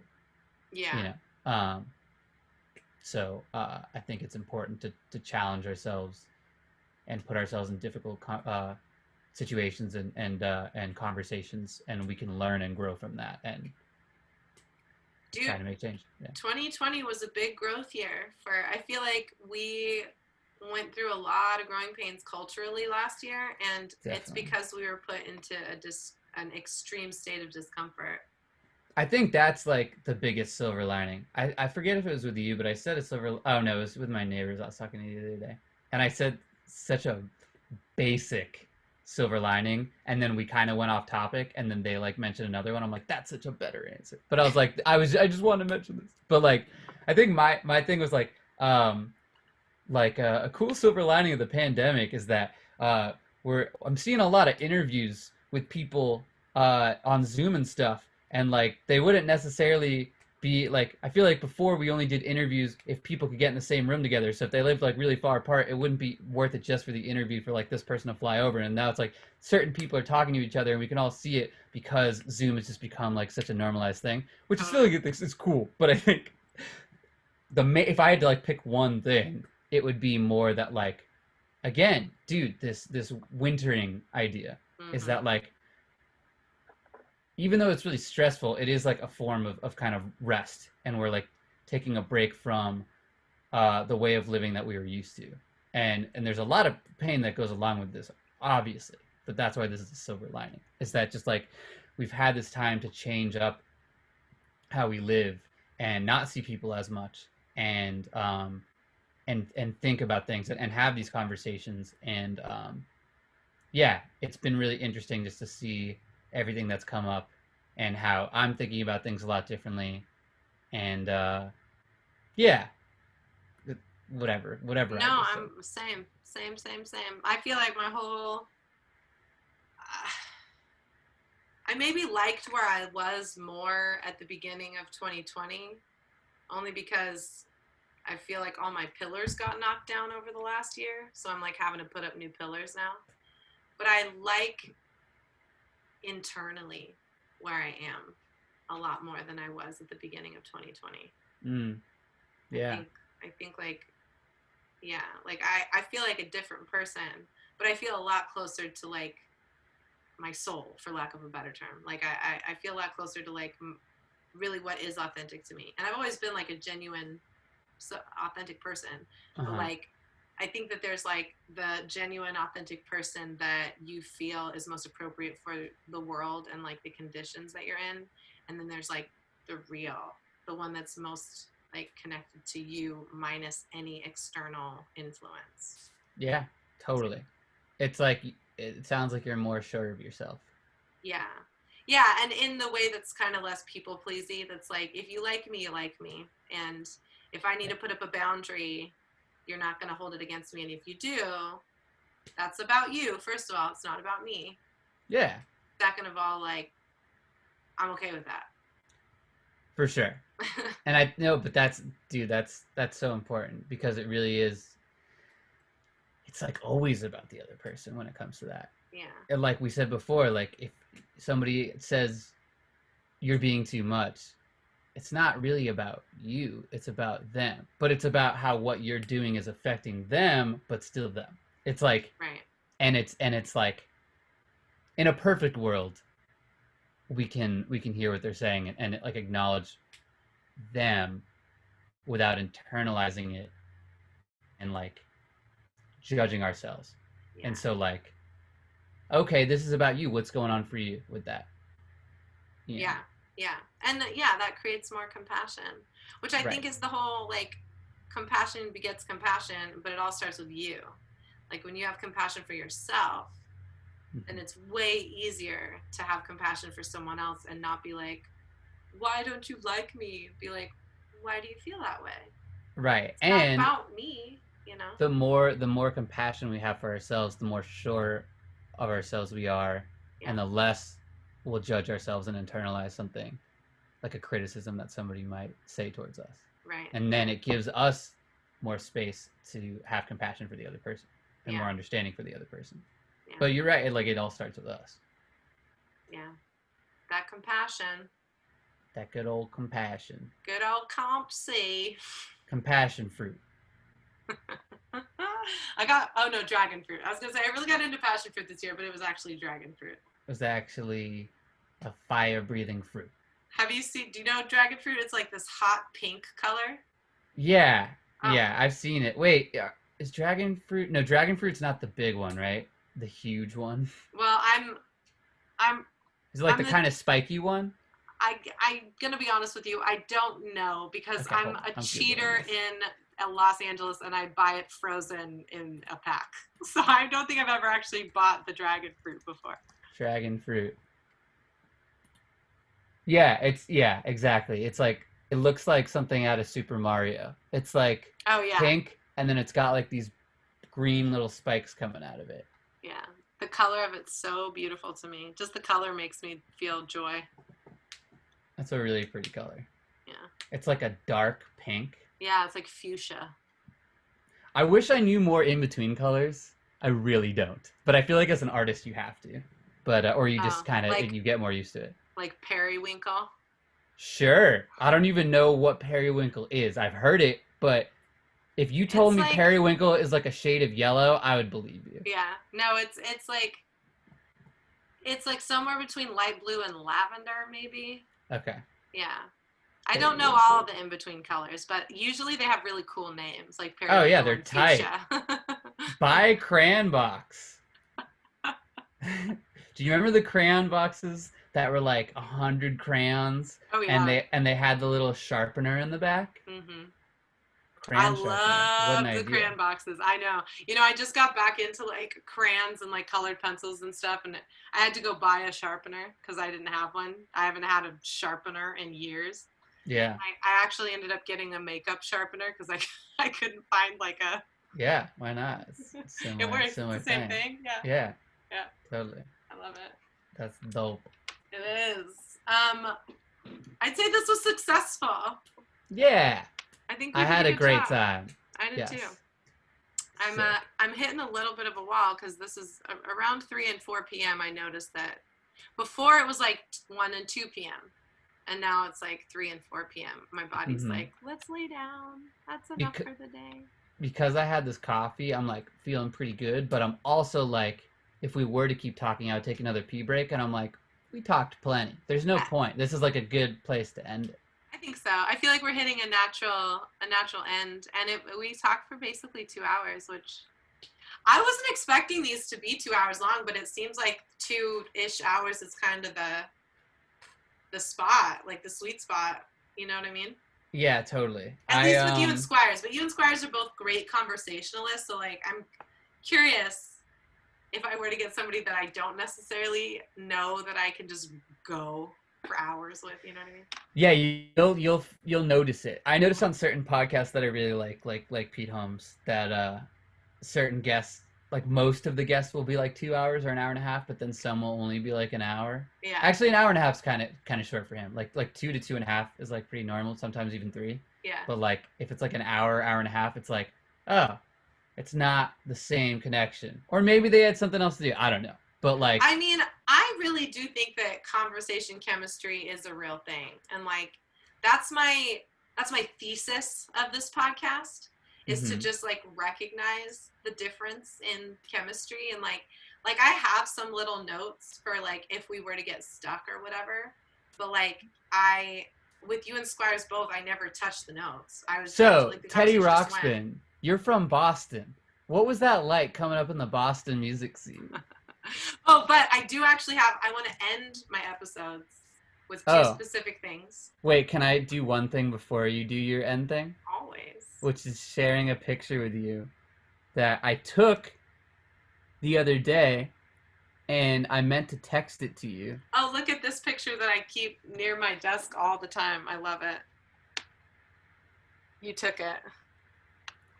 Oh man, yes, because we took 2 different ones. Yeah. Right? And you kept one and I kept this one. Yes, because I see it right there. That's so funny. That's a dope picture. That was a cool concept. I love it so much. And they both worked out really well. They did, yeah. My picture is not that artistically cool. It's more just. While I have you, do you have the date of do you remember when this was? It would have been 2019. It doesn't say. Some of them are dated, but I will say it is in between. It is in between, not like directly in between, but there are some that are dated, and it's somewhere between the dates of February, or sorry, not February, July 2019 and January 2020. That's so. I'm just gonna put 2019. There's one that's dated of July 9th, and then there's 1, 2, 3, 4 pictures before that one. And then there's 6 pictures after that one, and then it's 2020. Okay. So however I that math know works. I'm gonna want it for posterity in the future. I'm so bad at dating things, but I know when I'm older, I'm gonna want to be like, when was that? How old was I? You know. Yeah. I feel you.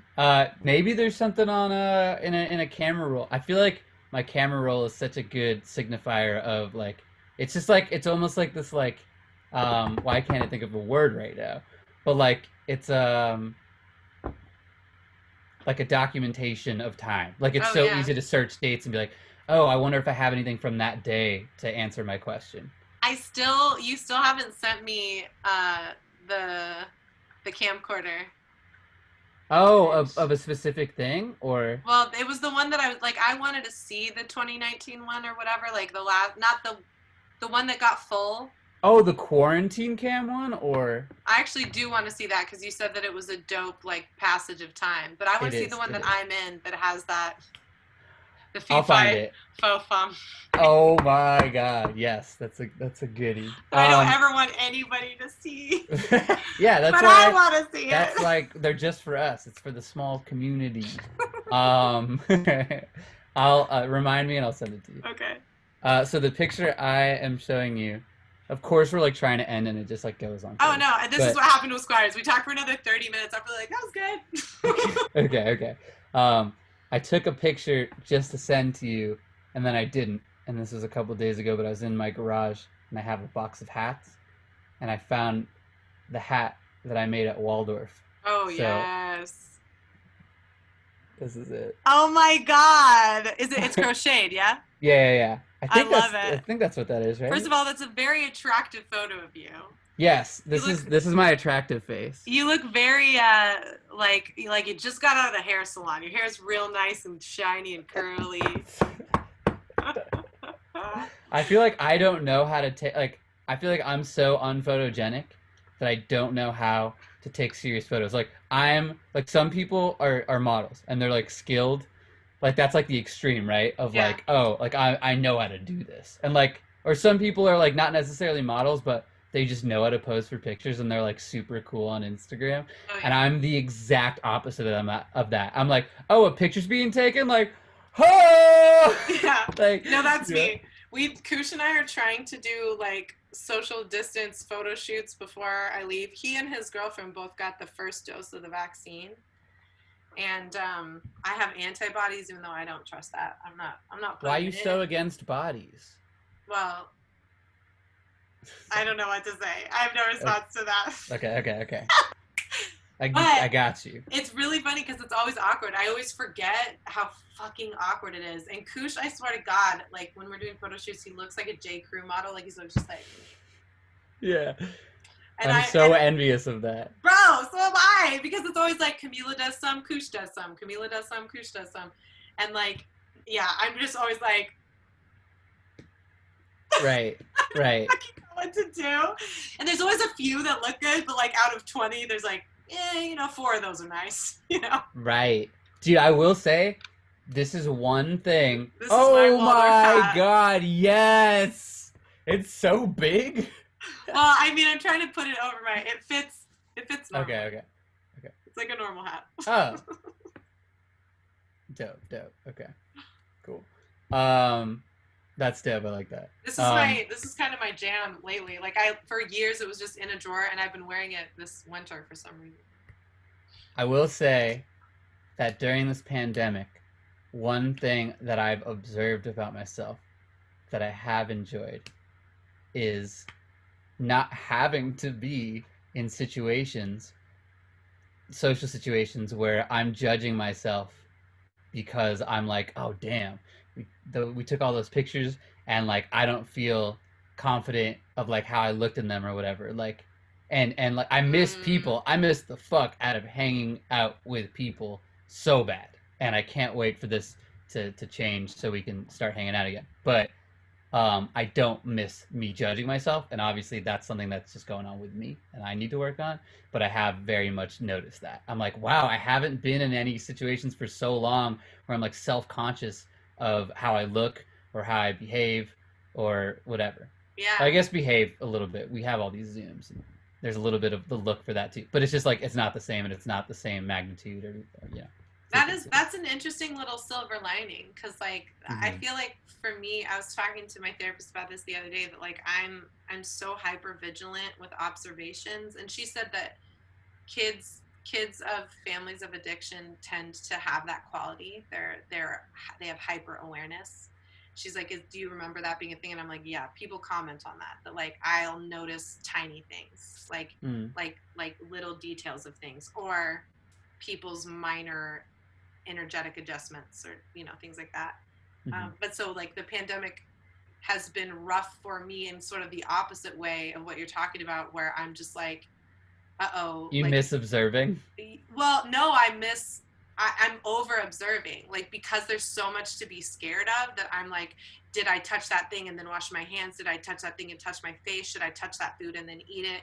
And she was like, what's this thing with touching the food and eating it? Like, that's not, they've done studies that you don't get it that way. And I'm like, I don't know. It's a neurotic thing. Like, it's just part of my over abundance of concern, Sure. Yeah. I miss going out, and I never wanted to go out before. But at this point, I'm like, I'll be part of the roaring 20s when we're allowed to. I'll go get drunk at bars. I'll be one of the first ones in line. Please, give me parties. Give me gatherings. I need it. For real. Hugs. Hugs. We need them. We need them. Hugs. I miss hugs too. Yeah. And I miss you.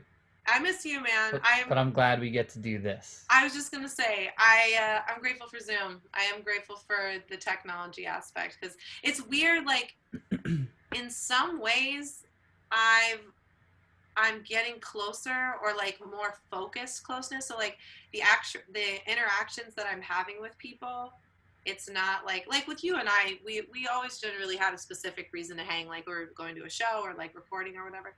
But like book club, I mean, that was birthed out of the protests, but that's like this beautiful, meaningful social thing that I get to do every week and learn a lot. And then like the Artist Way thing that Hollis put together, now I'm doing that every other week, and like that has a meaning. And then Keely, did you see Keely's Discord server thing that she's doing? I saw she posted about it, but I didn't see it. I signed up for it. I've been doing it, and what is it?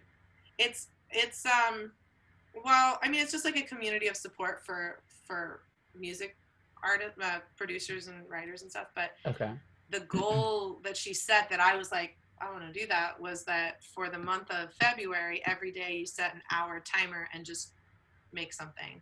And she's like, I'm trying to do things that I'm not good at. So like I'm working with what's it called? Oh my gosh.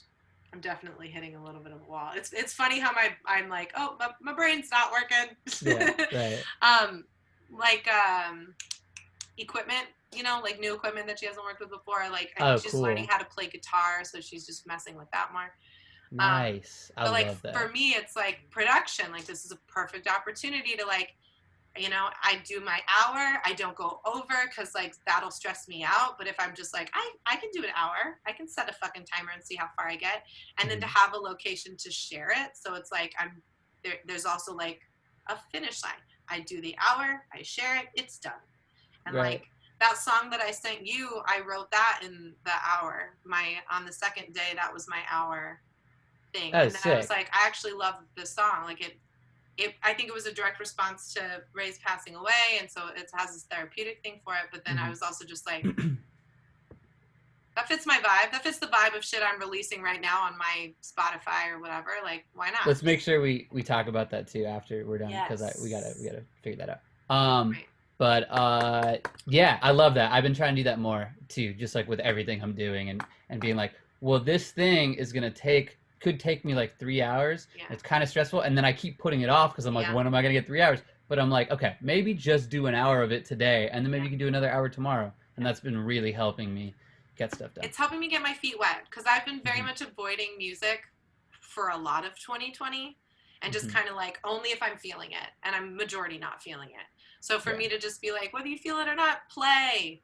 And the other cool thing is the people on the server are like, they're all over the board with like how good they are at production, what style they're making. Right. Like it's not a judgment atmosphere because we're all doing different shit and at different levels. Right. So and there's just like such a clear intention that is so loose at the same time, which is just Right. like, just create something for an hour. And it's like, damn, okay, well, Yeah. I took an hour and I created something, so I Right. met the criteria. Exactly. Right. And then that people are complimenting, and like Keely, she and Hollis, I mean, they're the two people that I'm interacting with this kind of thing a lot, but they're both really good at setting a boundary of like safe space. You know, like, this isn't for critiquing, this is for complimenting. The people who are doing this are brave. This is a courageous thing to do. This is not a place to like be judged or expect judgment. That's not the point, so don't bring that here. And if you do, only positive get out of here. critiques. Yeah, and then of course with Keely, she's like, this isn't, you know, this is a gender-free zone. So let's really stay away from any like gendering of like, you know. Oh, that sounds like something like a guy would do, or like, what do you mean? Yeah, that kind of thing. Or like, I can't remember. She has a little blurb at the beginning of it that's like, don't get out of here with that shit. Like, don't even bring it. We're not. Or like, you know, oh wow, that song sounds so feminine for you, or something like that. Right. Yeah. Or just the idea that, you know, like, men one are person makes producers or kind of whatever. Right, totally. It's just really like setting the tone of just don't. Oh wow, bring that's any of not that here. that was so well produced for a woman, or something like that. Yeah, which I can't imagine somebody saying.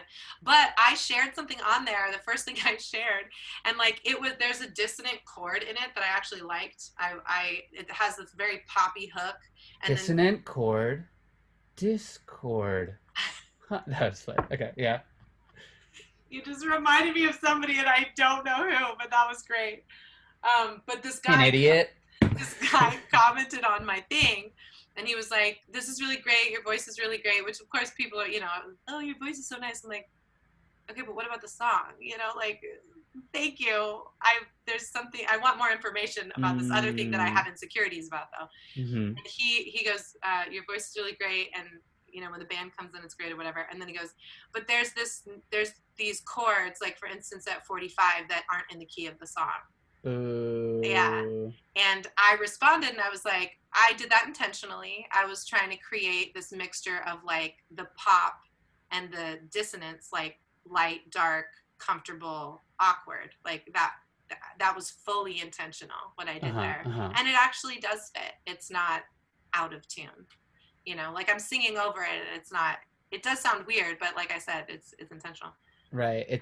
I mean, all that has to do with so much of like the language we use, right? And so like maybe they're using certain language like, oh, it doesn't fit. Like binary, like you were wrong. Yeah. And like, and then you're supposed to like digest that through what, like, you know, but it like we were talking about before, like in a perfect world, or like what I'm working towards is like trying to understand what that person's thinking. So like, maybe they just didn't understand, and maybe which is why I responded. I didn't respond. I put little smiley faces, and I was very like kindly like, nope, that was intentional. It's my art.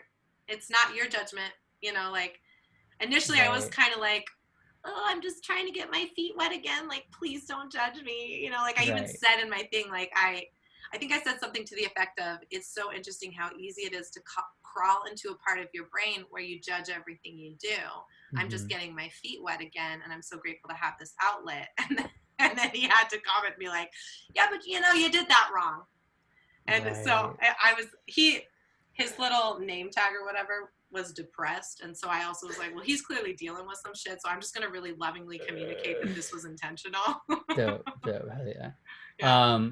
I just wanted to say that I think it's funny that I've listened to so many podcasts, and then you'll occasionally catch the thing where they're talking about wrapping up, and they're like, well, this has been great. And then meanwhile, you look at the podcast and you're like, well, I know they're going to talk for another 30 minutes because I see right here it goes on for another 30 minutes. So I just know that that's going to happen with us because we did that. But now we can wrap it up because I really have to be. Yeah, okay. So what's the thing? Did you do the thing? What's the thing? No, my two things. One is, do you have a favorite? And you don't necessarily have to do this one, but like, have you been on a tour or in a show and like had a favorite moment or a goofy moment or something that sticks out in your mind? A moment in the show or the tour? Yeah, or like at a show or like something relating to like a live performance that. Just something that I remember. Just anything that connects. The one that just like automatically came to my mind was you were there. Oh, dope. It was at the Mint when I DJ'd the after party. So the main squeeze performed, for those who don't know, at the Mint. And it was like October 8th, I think, because it was right around my birthday. Mm-hmm. And maybe it was even after. It was the day after my birthday. That's right. It was your birthday. We had your after party. Yeah, and now I actually don't remember when the actual my party was. So it doesn't matter. It was like the week of my birthday. Yeah. And there was like a lot of dope energy going around. It was the day after the party. It was dope energy. It was great energy. I felt amazing. It was like so fun. It was like one of my favorite weekends ever. And I just remember Main Squeeze performed, they killed it. And then we did an after party in like the back room, and there's probably like, I don't know, 50 people in there. Yeah. And I just DJ'd and had so much fun and was all up on the mic and just like, because it was like, I know like almost everyone here, like this is just all friends. Yeah. It's such a great energy, and we were just having so much fun. And yeah, it was just like this great experience. And I remember I was like just being extra goofy on the mic, and like like we did Cha-Cha Slide, which is like one of my favorite things to DJ whenever I can pull it off, when I know that the crowd's gonna engage with it positively, even though it's like a bar mitzvah dance song. And I just remember like when there's the like cha-cha real smooth, and I'd get on the mic and be like do do do do do do do do do do. It was just like total just fun. It was just fun.